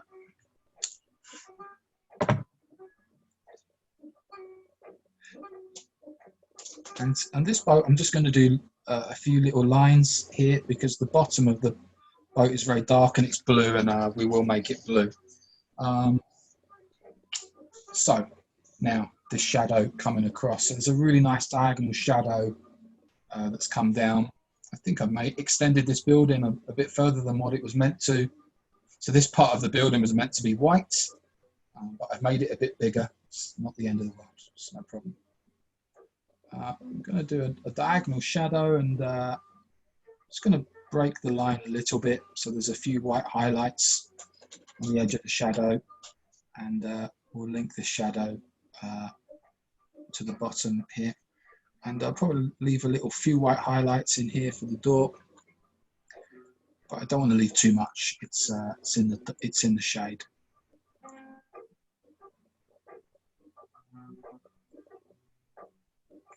And I want to soften the edge here, and I might soften this edge here. So I'm going to get some clean water on the brush. I'm going to drop the clean water just on top of the shadow, and then just break into the line of the shadow. So now the neutral tint is almost going up the page because it's a small area, and I might do it here as well.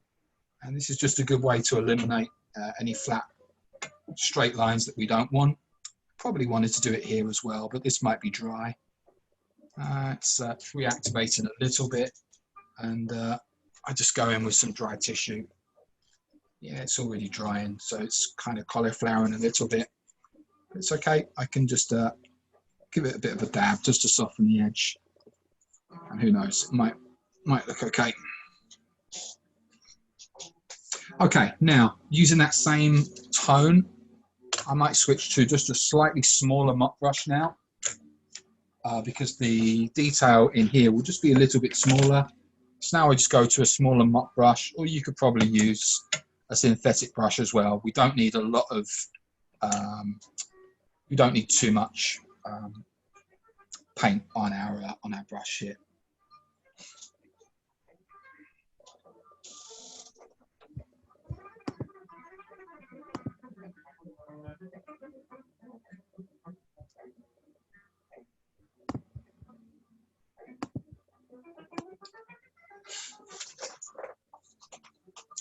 Okay, so no messing around now. I'm going to come in with some, I'm going to go left to right now. So we're just going to darken these windows.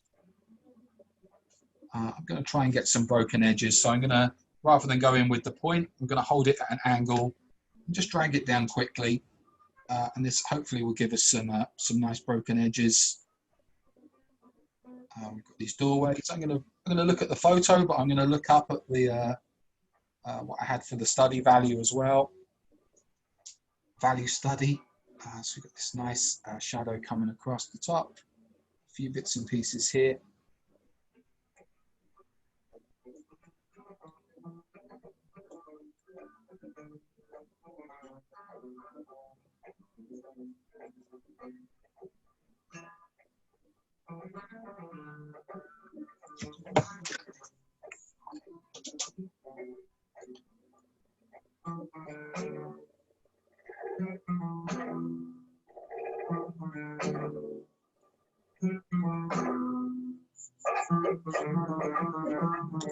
See if I can link the doorway to the shadow.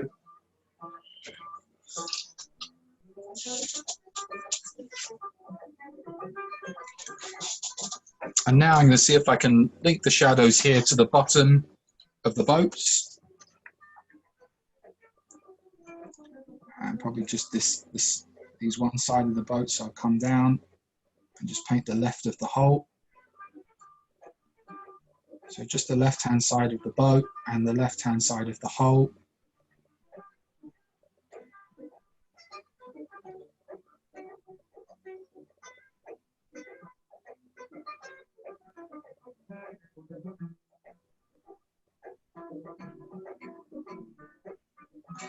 I'll probably switch to my synthetic brush here just to give these corners a bit more crispness.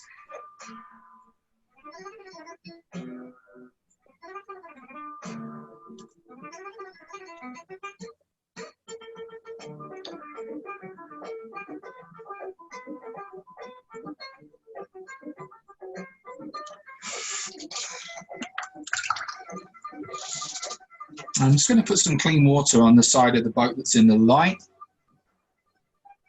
I don't want it to touch yet, and I'm just going to gradually bring it over so the shadow now bleeds from left to right. And we give these boats a bit more colour later. If we put too much water in it, it will cauliflower. If it's just enough to dampen the page and let the this wet paint run into it, again, we can give these a bit more colour as well right now.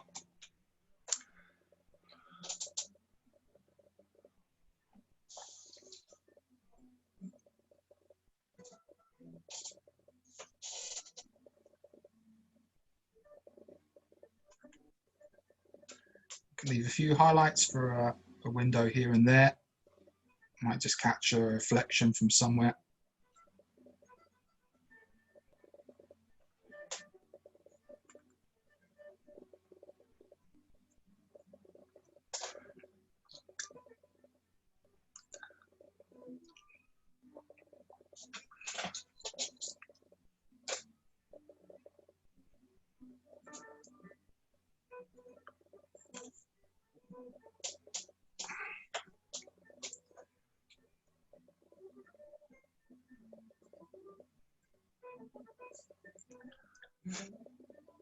I'm just going to soften some of these edges. Just going to use some clean water.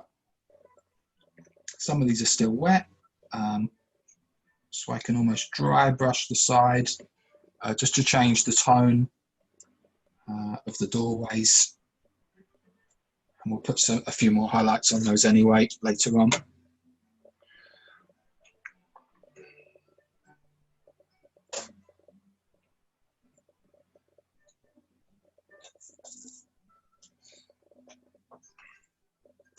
Good, while this is still damp here, I'm going to go in and do some of the holes. So I'm going to use some grey of grey here. I'm just going to give a bit more definition to these holes that are on the side of the light, but maybe in the shadow of the building.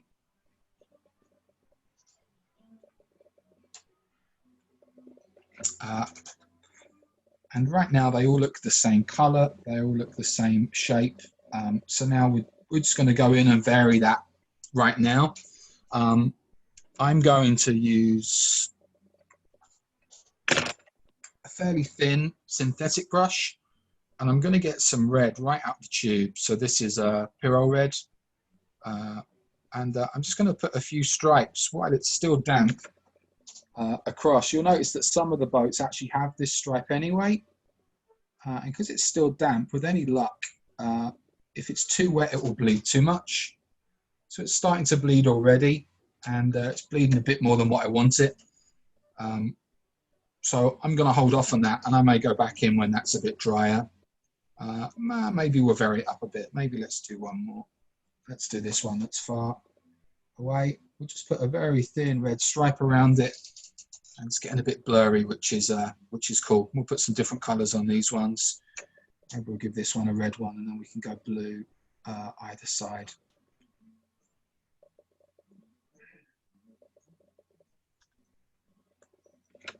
After.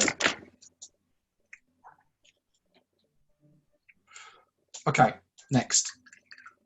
Now this is dried, we can go in with just some slightly darker neutral tint, so that the same tone, but not so much pigment. And I don't want these to be too flat and boring, so I'll probably highlight the top of the window and then come down. Again, I don't want these shapes to be all the same straight lines. I want them to be a little bit variation between them, or it can look too uniformed. Again, I go back to my value study, the darker pieces on top.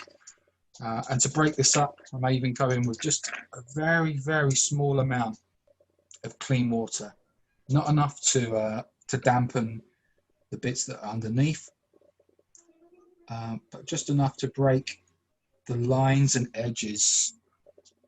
So if there's something that's very straight and flat and boring, I like to destroy it with a bit of clean water, just to give it a slightly hazy look. You can see there the water's kind of breaking into the pigment, which is great. And then if there's ever too much water,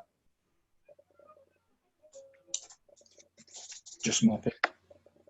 And just a dab or a firm push is enough. If you rub it, you start to reactivate what's underneath. And we go down a bit further.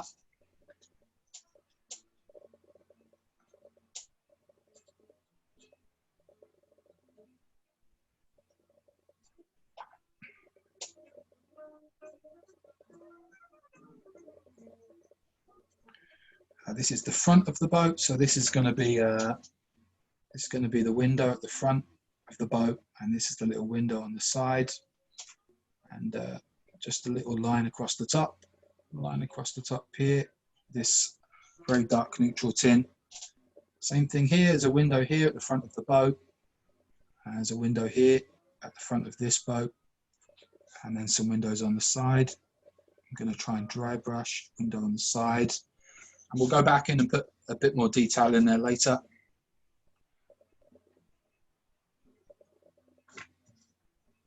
Lost our guy, huh? He's right there.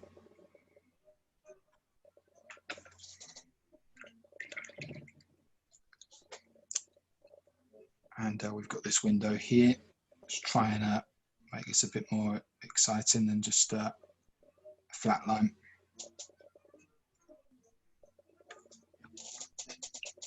Okay.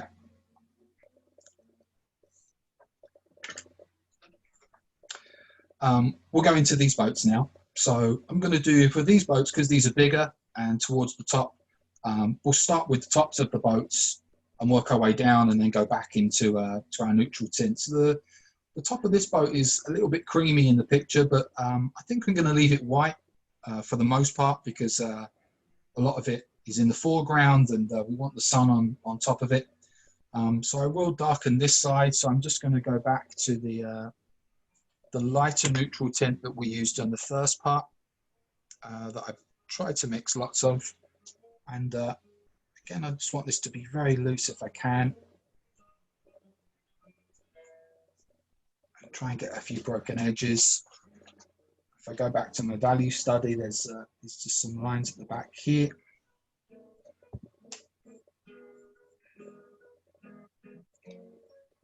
Coming around. I'll try and leave a white highlight for the top of the side of the boat.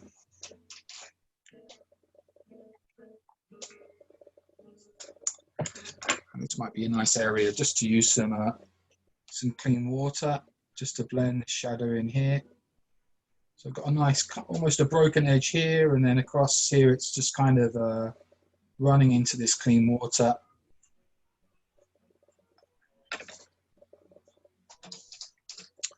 And I want to start to get a bit darker here. I'm going to cut around these buoys at the side of the boat.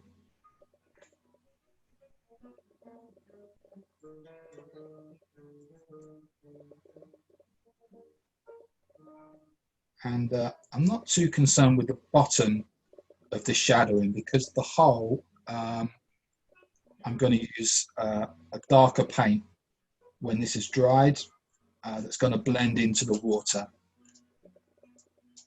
But I don't mind if it gets progressively darker. Might leave a little white highlight around the front here maybe.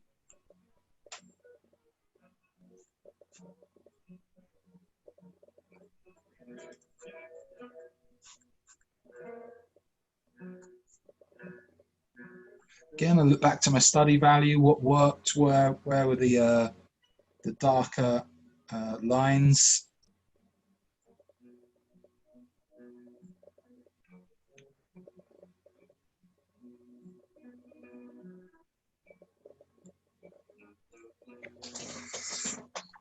Can I link this shadow now to the boat next to it? The whole kind of runs into this part here. I want to leave a bit of white between the two, and I want to cut this buoy out. and get the shape of the other side of the hull of the first boat, and then just bring it around.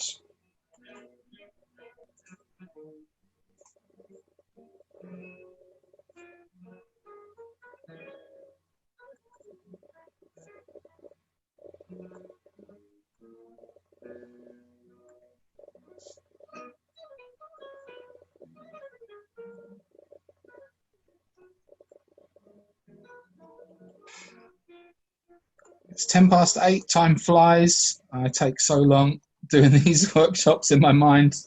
I always think, oh, this will be half an hour or an hour painting, and it turns into a longer painting. If you do need to go, I am recording it. Yeah, and it will be available. So sorry, I'm going over time again.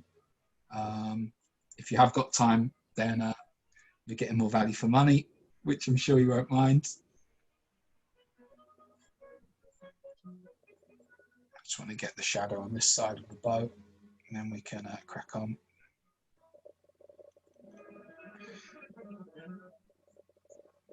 Again, the bottom of the boat will run into the shadow of the boat will run into the water. I want it to blend, so there will be some darker pigment going on top of this, where the bottom of the boat is normally.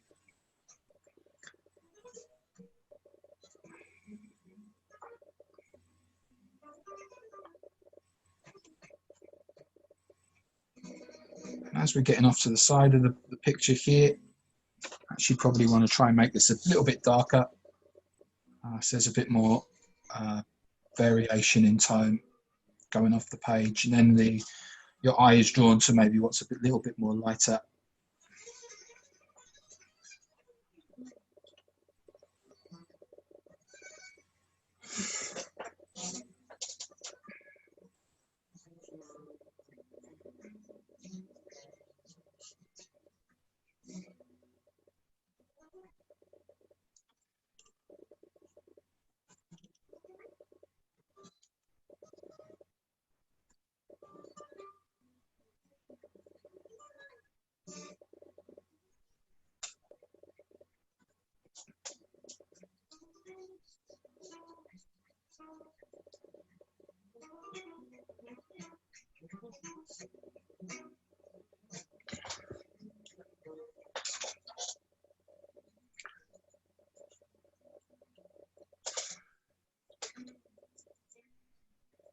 Okay, now we can start a little bit more on the hull of the boat before we go fully into the water.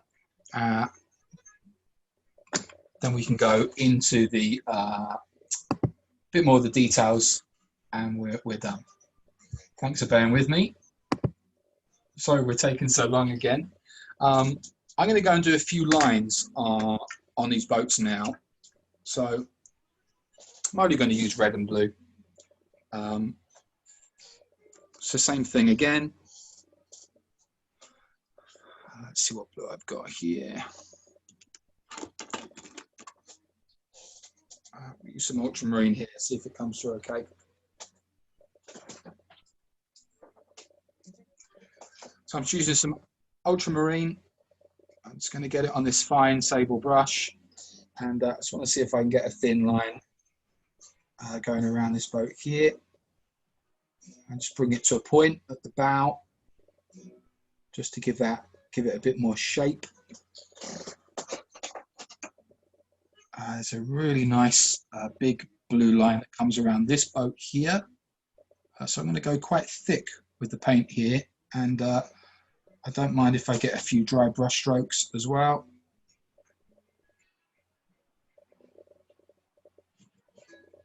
I want it to be fairly broken and not too clean going around. I don't like to do the same colour on every boat and change it up. So on this one, we'll put a thinner blue line at the top and a red line underneath.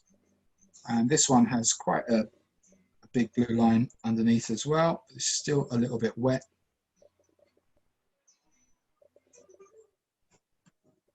So I might come in and do that a bit later on at the end.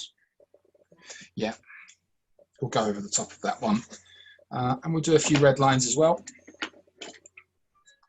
This just breaks up the flatness of the shapes of the hole. I think this looks a lot better when it's going on dry.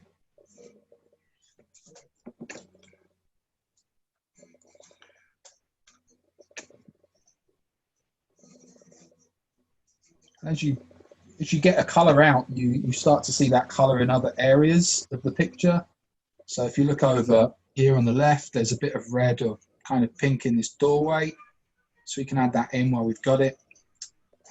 It's almost a little bit of red on the top here. So we can just add in a few dots. If you look at the top of the boat here in the shadow, there's a bit of red.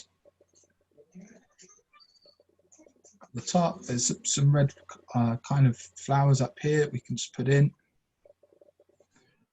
And there's a little bit of orange at the back of that boat as well. We can use orange for these buoys at the side. So this is just a thick orange we're using to go around.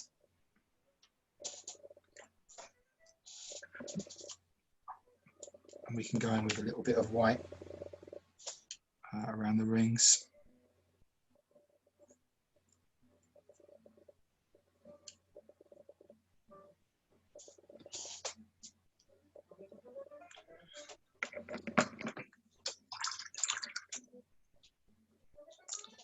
Okay, I now want to start mixing the colour of the water. So I know that I've got enough. Then I can paint a bit of paint on the bottom of the holes and we can blend it in to the colour of the water. I want this part of the page to be very white. So this is almost just going to be clean water. And then the shadow and reflection of the boats and the buildings will drop down a little bit into what will be a very almost clear water. And then it will just get a bit darker as it goes forwards. And then the real darkness of the water will be in the shadows. So I'm just going to mix a little bit of turquoise, but I don't want it too green really, because this I think it would be too much contrast to have the green and the blue, but I don't want it too much French ultramarine. So just a little bit turquoisey, but more blue than green in the turquoise. And because it's kind of enclosed and shadowy, I don't want it too overbearingly bright. So if you can see that what I'm mixing here, this is almost just a turquoise and a little bit of the darker stuff that I had mixed in as well. And I want to mix a lot of it because it's going to cover a big space and I want it to go from light to dark. So there's a lot of turquoise here, but not too much of a greeny turquoise.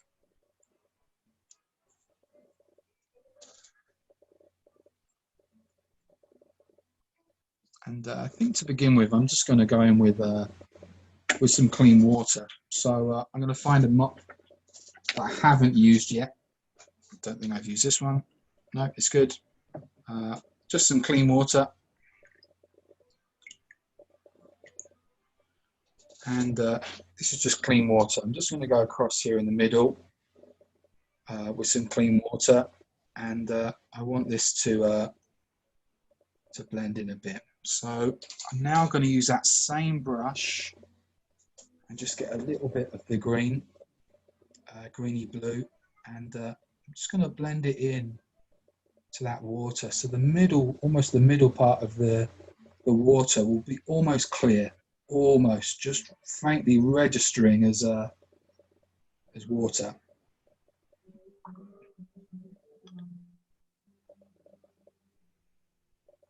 Maybe just a few little lines here.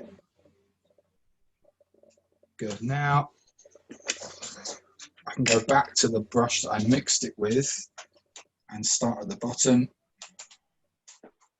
and just almost work my way up and just blend it in slightly so there's no it's not too much of a jump. So that clean water we put in now, you can actually see it now. Just very, very slightly green with a few little lines in. Most of this is going to be shadow anyway, or reflection. There's our guy. We can just cut around our guy fixing his nets. And this is going to be very dark in here anyway, so it's not too much of a problem. We can cut around the boats. This here isn't too important. It's going to be quite dark in that corner. It's more of this foreground. We just want to get right if we can.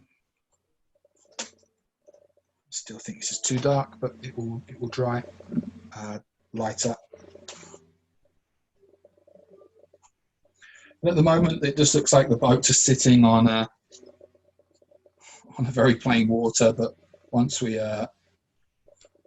anchor these into a shadow reflection, it will look a lot cleaner.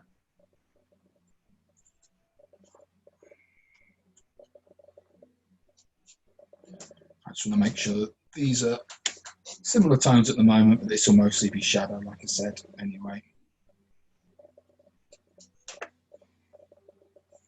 I really hope I can get finished in the next 10 minutes, then I've only gone over by half an hour. Sorry if I'm keeping you from American Idol or Love Island or something.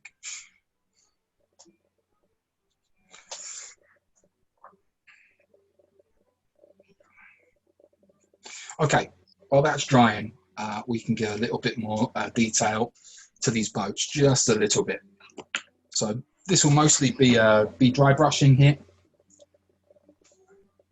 And I'm going to go in just with some grey of grey. It's very opaque. Mix it here so you can see. So it's just a tone lighter, I'd say, than the shadows that we use. But I'm just going to look in and pick bits out in the picture that aren't deep shadows, but will add just a bit of detail into the photo. So these aren't really probably bits that I put in the value study, but this will just give a few little minor details. Don't forget we're going to put the guy in there. We can put him in a minute, in fact. And here's just some small pieces on our boat.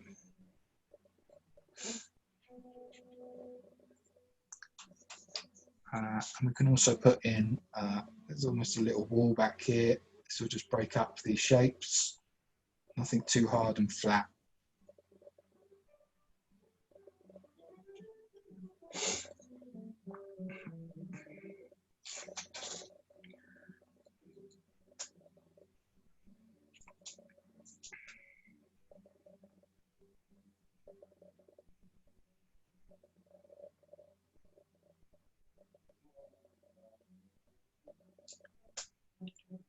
I want that water to dry because the edges of the reflection, the shadow, I'd really like to come through. So I'm just going to dry the water, make sure it's nice and smooth.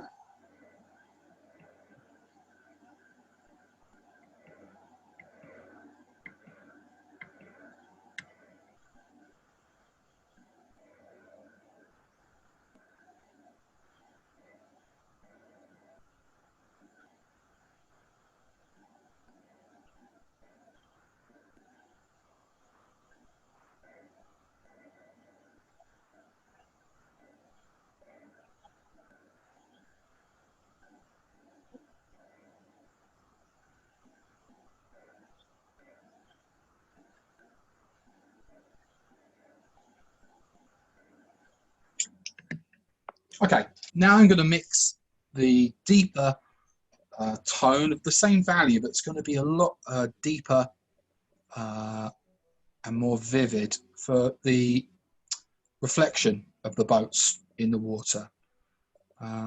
So I want this to be same kind of bluey, slightly green, but I'm going to add a bit of neutral tint to it, maybe a touch of purple here to cool it off in the water. And the really important thing is that it's going to be dark. Not too dark, but to give enough contrast. and I want a lot of it as well. So we need more water, and we need more pigment, and we need some colour.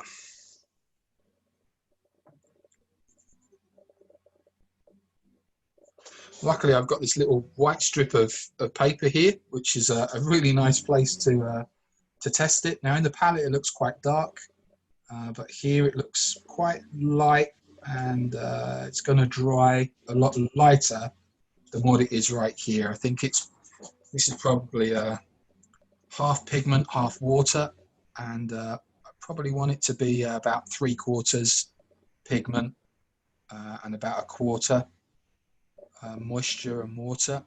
So I just need to add more pigment. So I don't need to add any more water really. I just want to make sure that I've got enough to do the reflections here and the darker reflections here. So how does this one look? That's a lot darker, and I think this will work for what we want to do at the top here. So I'm going to let that sit, and what I'm going to do now is I'm going to put pure pigment out of the tube onto the hull of the boats. So I'm going to use Van Dyke Brown for one, and I'm going to use Lamp Black for another one. So I'm just going to get the pigment right out of the tube, and I'm going to do a straight line for the hull. It's going to be a dry brush stroke at the top, and then at the bottom I'm just going to load it up with just pure paint, pure pigment at the bottom of the hull. And because these ones are in the distance, I'll probably blend the top in. So this is just clean water over the top of those dry brush strokes, and it's just going to let the whole kind of blend in. I'm just going to do one more brown hole. So again, a dry brush stroke, dry brush stroke. We'll use more dry brush strokes for the one closer to us. But I'm going to load the bottom up with pigment so it blends in to the reflection. And same again, just some clean water on top. And with any luck, it will just bleed up slightly and blend into the rest of the boat. And the rest I'm going to do black. So this is Lamp Black. Just a slight point at the front of the bow, just to give it some shape, and then load the bottom up with pigment. Load the bottom up. Load the bottom up. Clean water. I think I'll put this clean water on just the side of the shadows here. Actually, it's making it too big at the top, so we'll put some clean water on each side.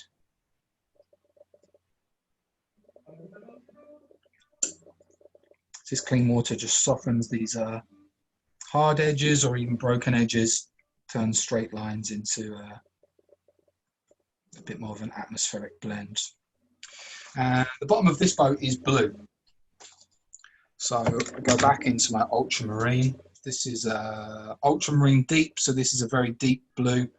So it doesn't have to be this exact color, obviously. So any color you want. And this is going to be just pure pigment here on this hull.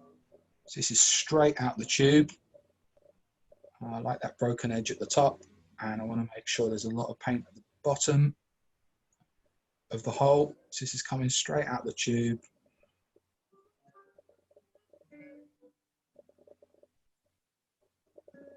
And a lot of paint on that hull.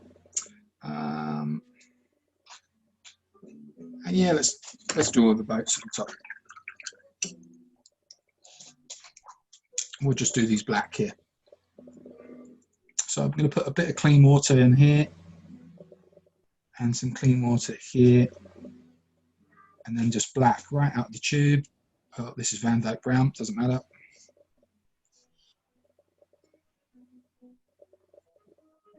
And you can see that the top of the these brush strokes are just blending nicely into the hole. And I'm just going to put a bit of extra paint at the bottom so it really bleeds into the water. And we'll do this other one black. So we varied the colour of the bottom of the holes. Some are black, some are brown, and some are blue. This will just bleed into the water we put down earlier on. Okay, now we go back to the water we mixed earlier on. I'm going to use a synthetic brush for this because I want the brush strokes to be quite loose, but I do want them to have a bit of shape. So if you can see the mixed pigment, and while it's been sitting there, the pigment has started to disperse. So I need to mix and mix and mix again, just to make sure I've got a nice clean colour. And let's see how this goes. I'm going to start in between the boats, and I'm not going to go into the hole just yet. I'm going to go here. I'm just going to zigzag and vary the strokes. I'm not going to make contact yet with the bottom of the hole, and that way the reflection, whoops, will keep its colour, and then we can blend it in one moment.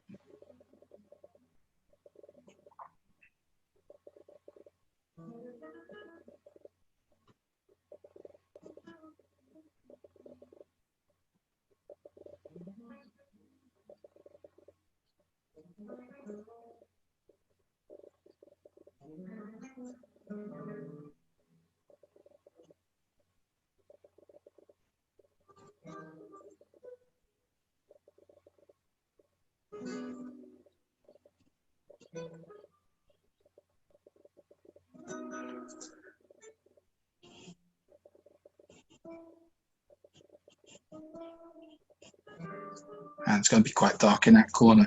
Now I can start to mix. So now I can get a bit more of the paint, and I can blend it in to the hole. So the paint on the bottom of the hole is still slightly wet. It's very thick, and it's really going to mix in. You can probably see already quite a lot with the colour of the reflection, and it's becoming quite thick. And it's hard to see where the boat ends and where the water starts, which is what we want.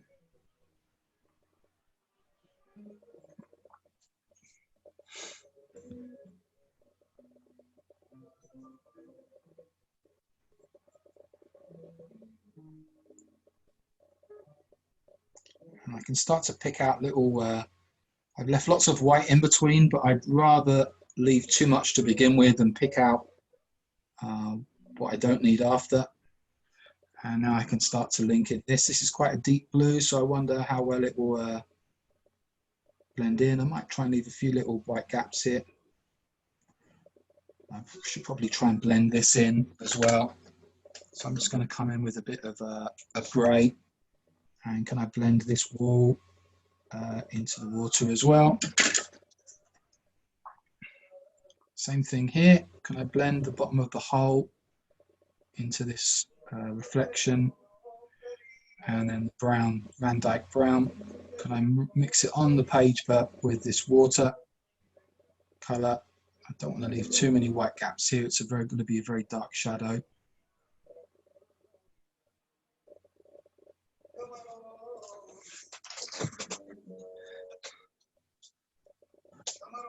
And I might make it really dark over here with just a very few amount of white highlights or blue highlights underneath.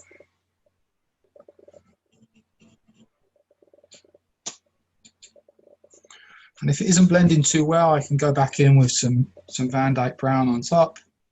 It's still wet, it will still blend in. And I can go in with some blue here as well. It's not quite blending in yet. So again, it's better to go in with not enough than too much to begin with. We can always change it as we go and add to it If it's too dark, and we can't do anything. Now I just want to be careful and not putting too much pigment down, and it will start to bleed up, or it won't dry as quick.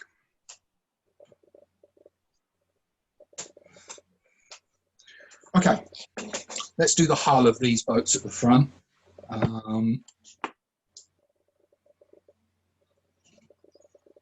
Yeah, let's go.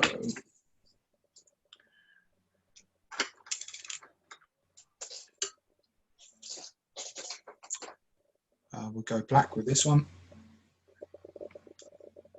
So here I wanted to blend it in, but at the top of these ones, I want to leave this as a dry brush stroke, and I want to get a little bit of on the edge. Oh, keep thinking I picked up black and it's Van Dyke brown. It's no problem.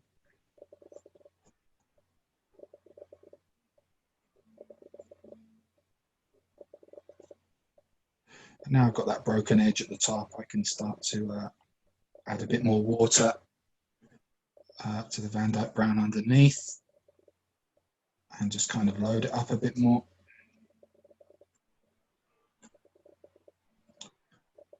And because it's going on so thick out the tube, it will stay quite wet, or at worst will be reactivated when I put the colour of the water on it. Let's do this one brown as well.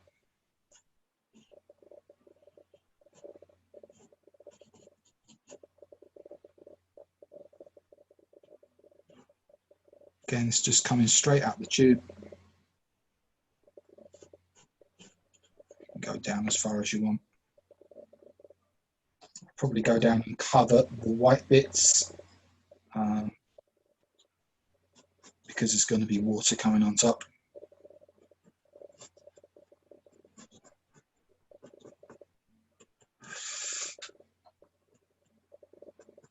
I'll try and get a dry brushstroke edge on these bits here.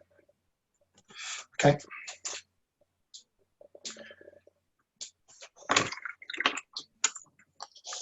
And now black. I've read it correctly this time.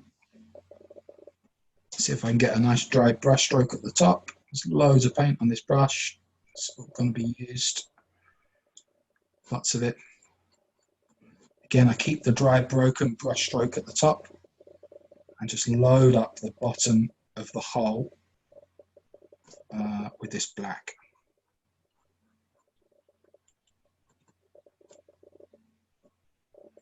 I might add a bit of water. So it runs quicker, and then we'll have a nice dark black hole on this side as well. Okay. Water. I want this water to be slightly darker at the front, so I'm going to add a bit more neutral tint, a little bit of purple, a little bit of a darker blue. I don't want the tone to change too much, but I think that's going to be good. Don't know if I have enough, so I want to mix a little bit more to make sure I've got enough to do it all in the same shade. Okay, here we go. Again, I'm not going to touch the bottom of the hole yet, but I want these lines just to be random and to pick up the waves.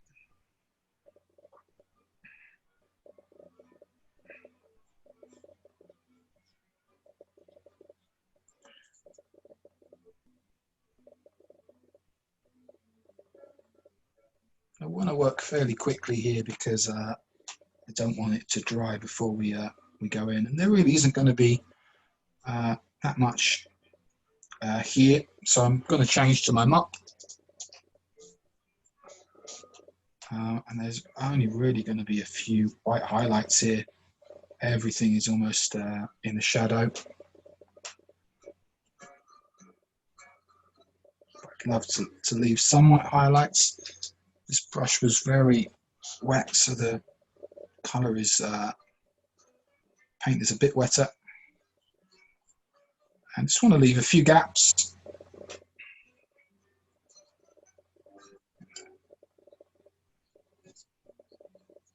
I'm going to make this darker eventually on this side. Okay, now I can start blending it in with the hole. So now I can just come into the hole and just blend it on the paper. This Van Dyke brown that we left wet, blending into the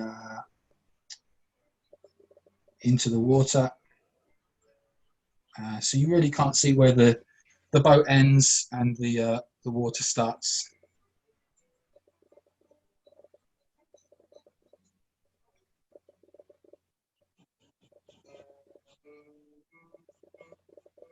And if it does dry, so this has dried a little bit, it's going to go over the top and come back.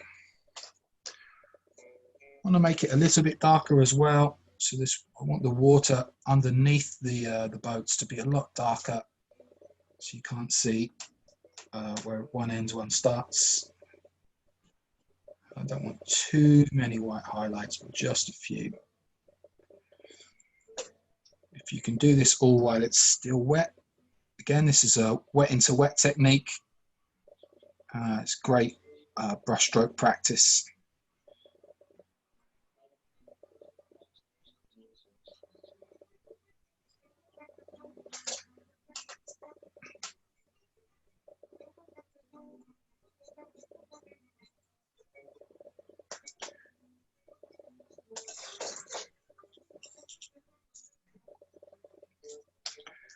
We can kind of connect this the dark bit here into here and just get rid of some of these lighter parts, and this connects the shadows and gives it some good balance.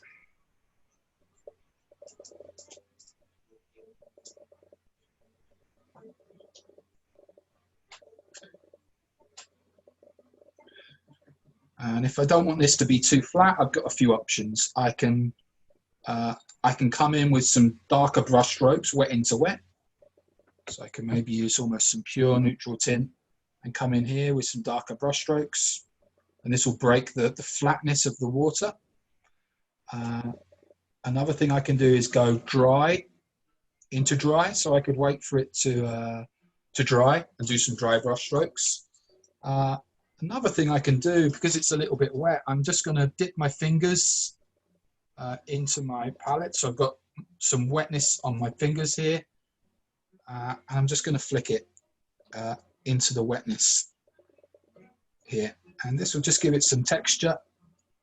So it's kind of half dry now. And as you can see, it's just giving some spots. They might look like sunspots, but it just breaks up what could be something a little bit flat. And maybe we'll drop a few in here as well.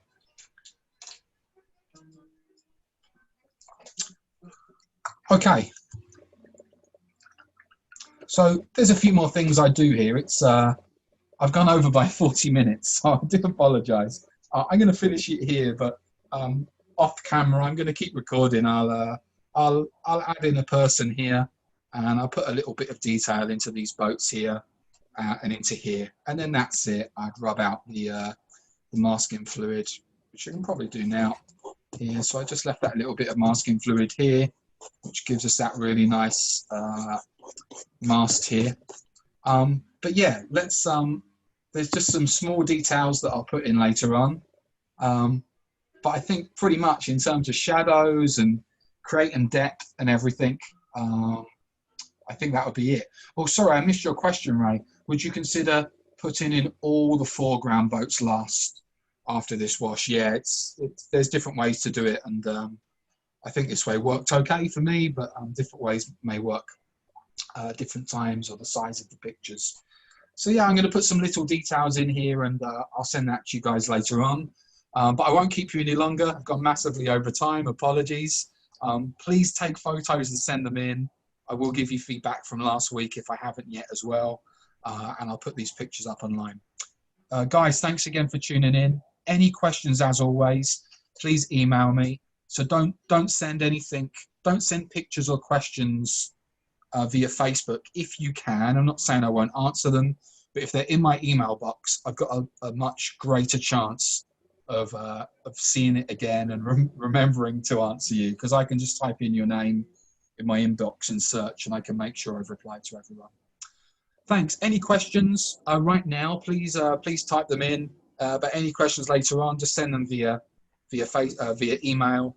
And yeah, hope.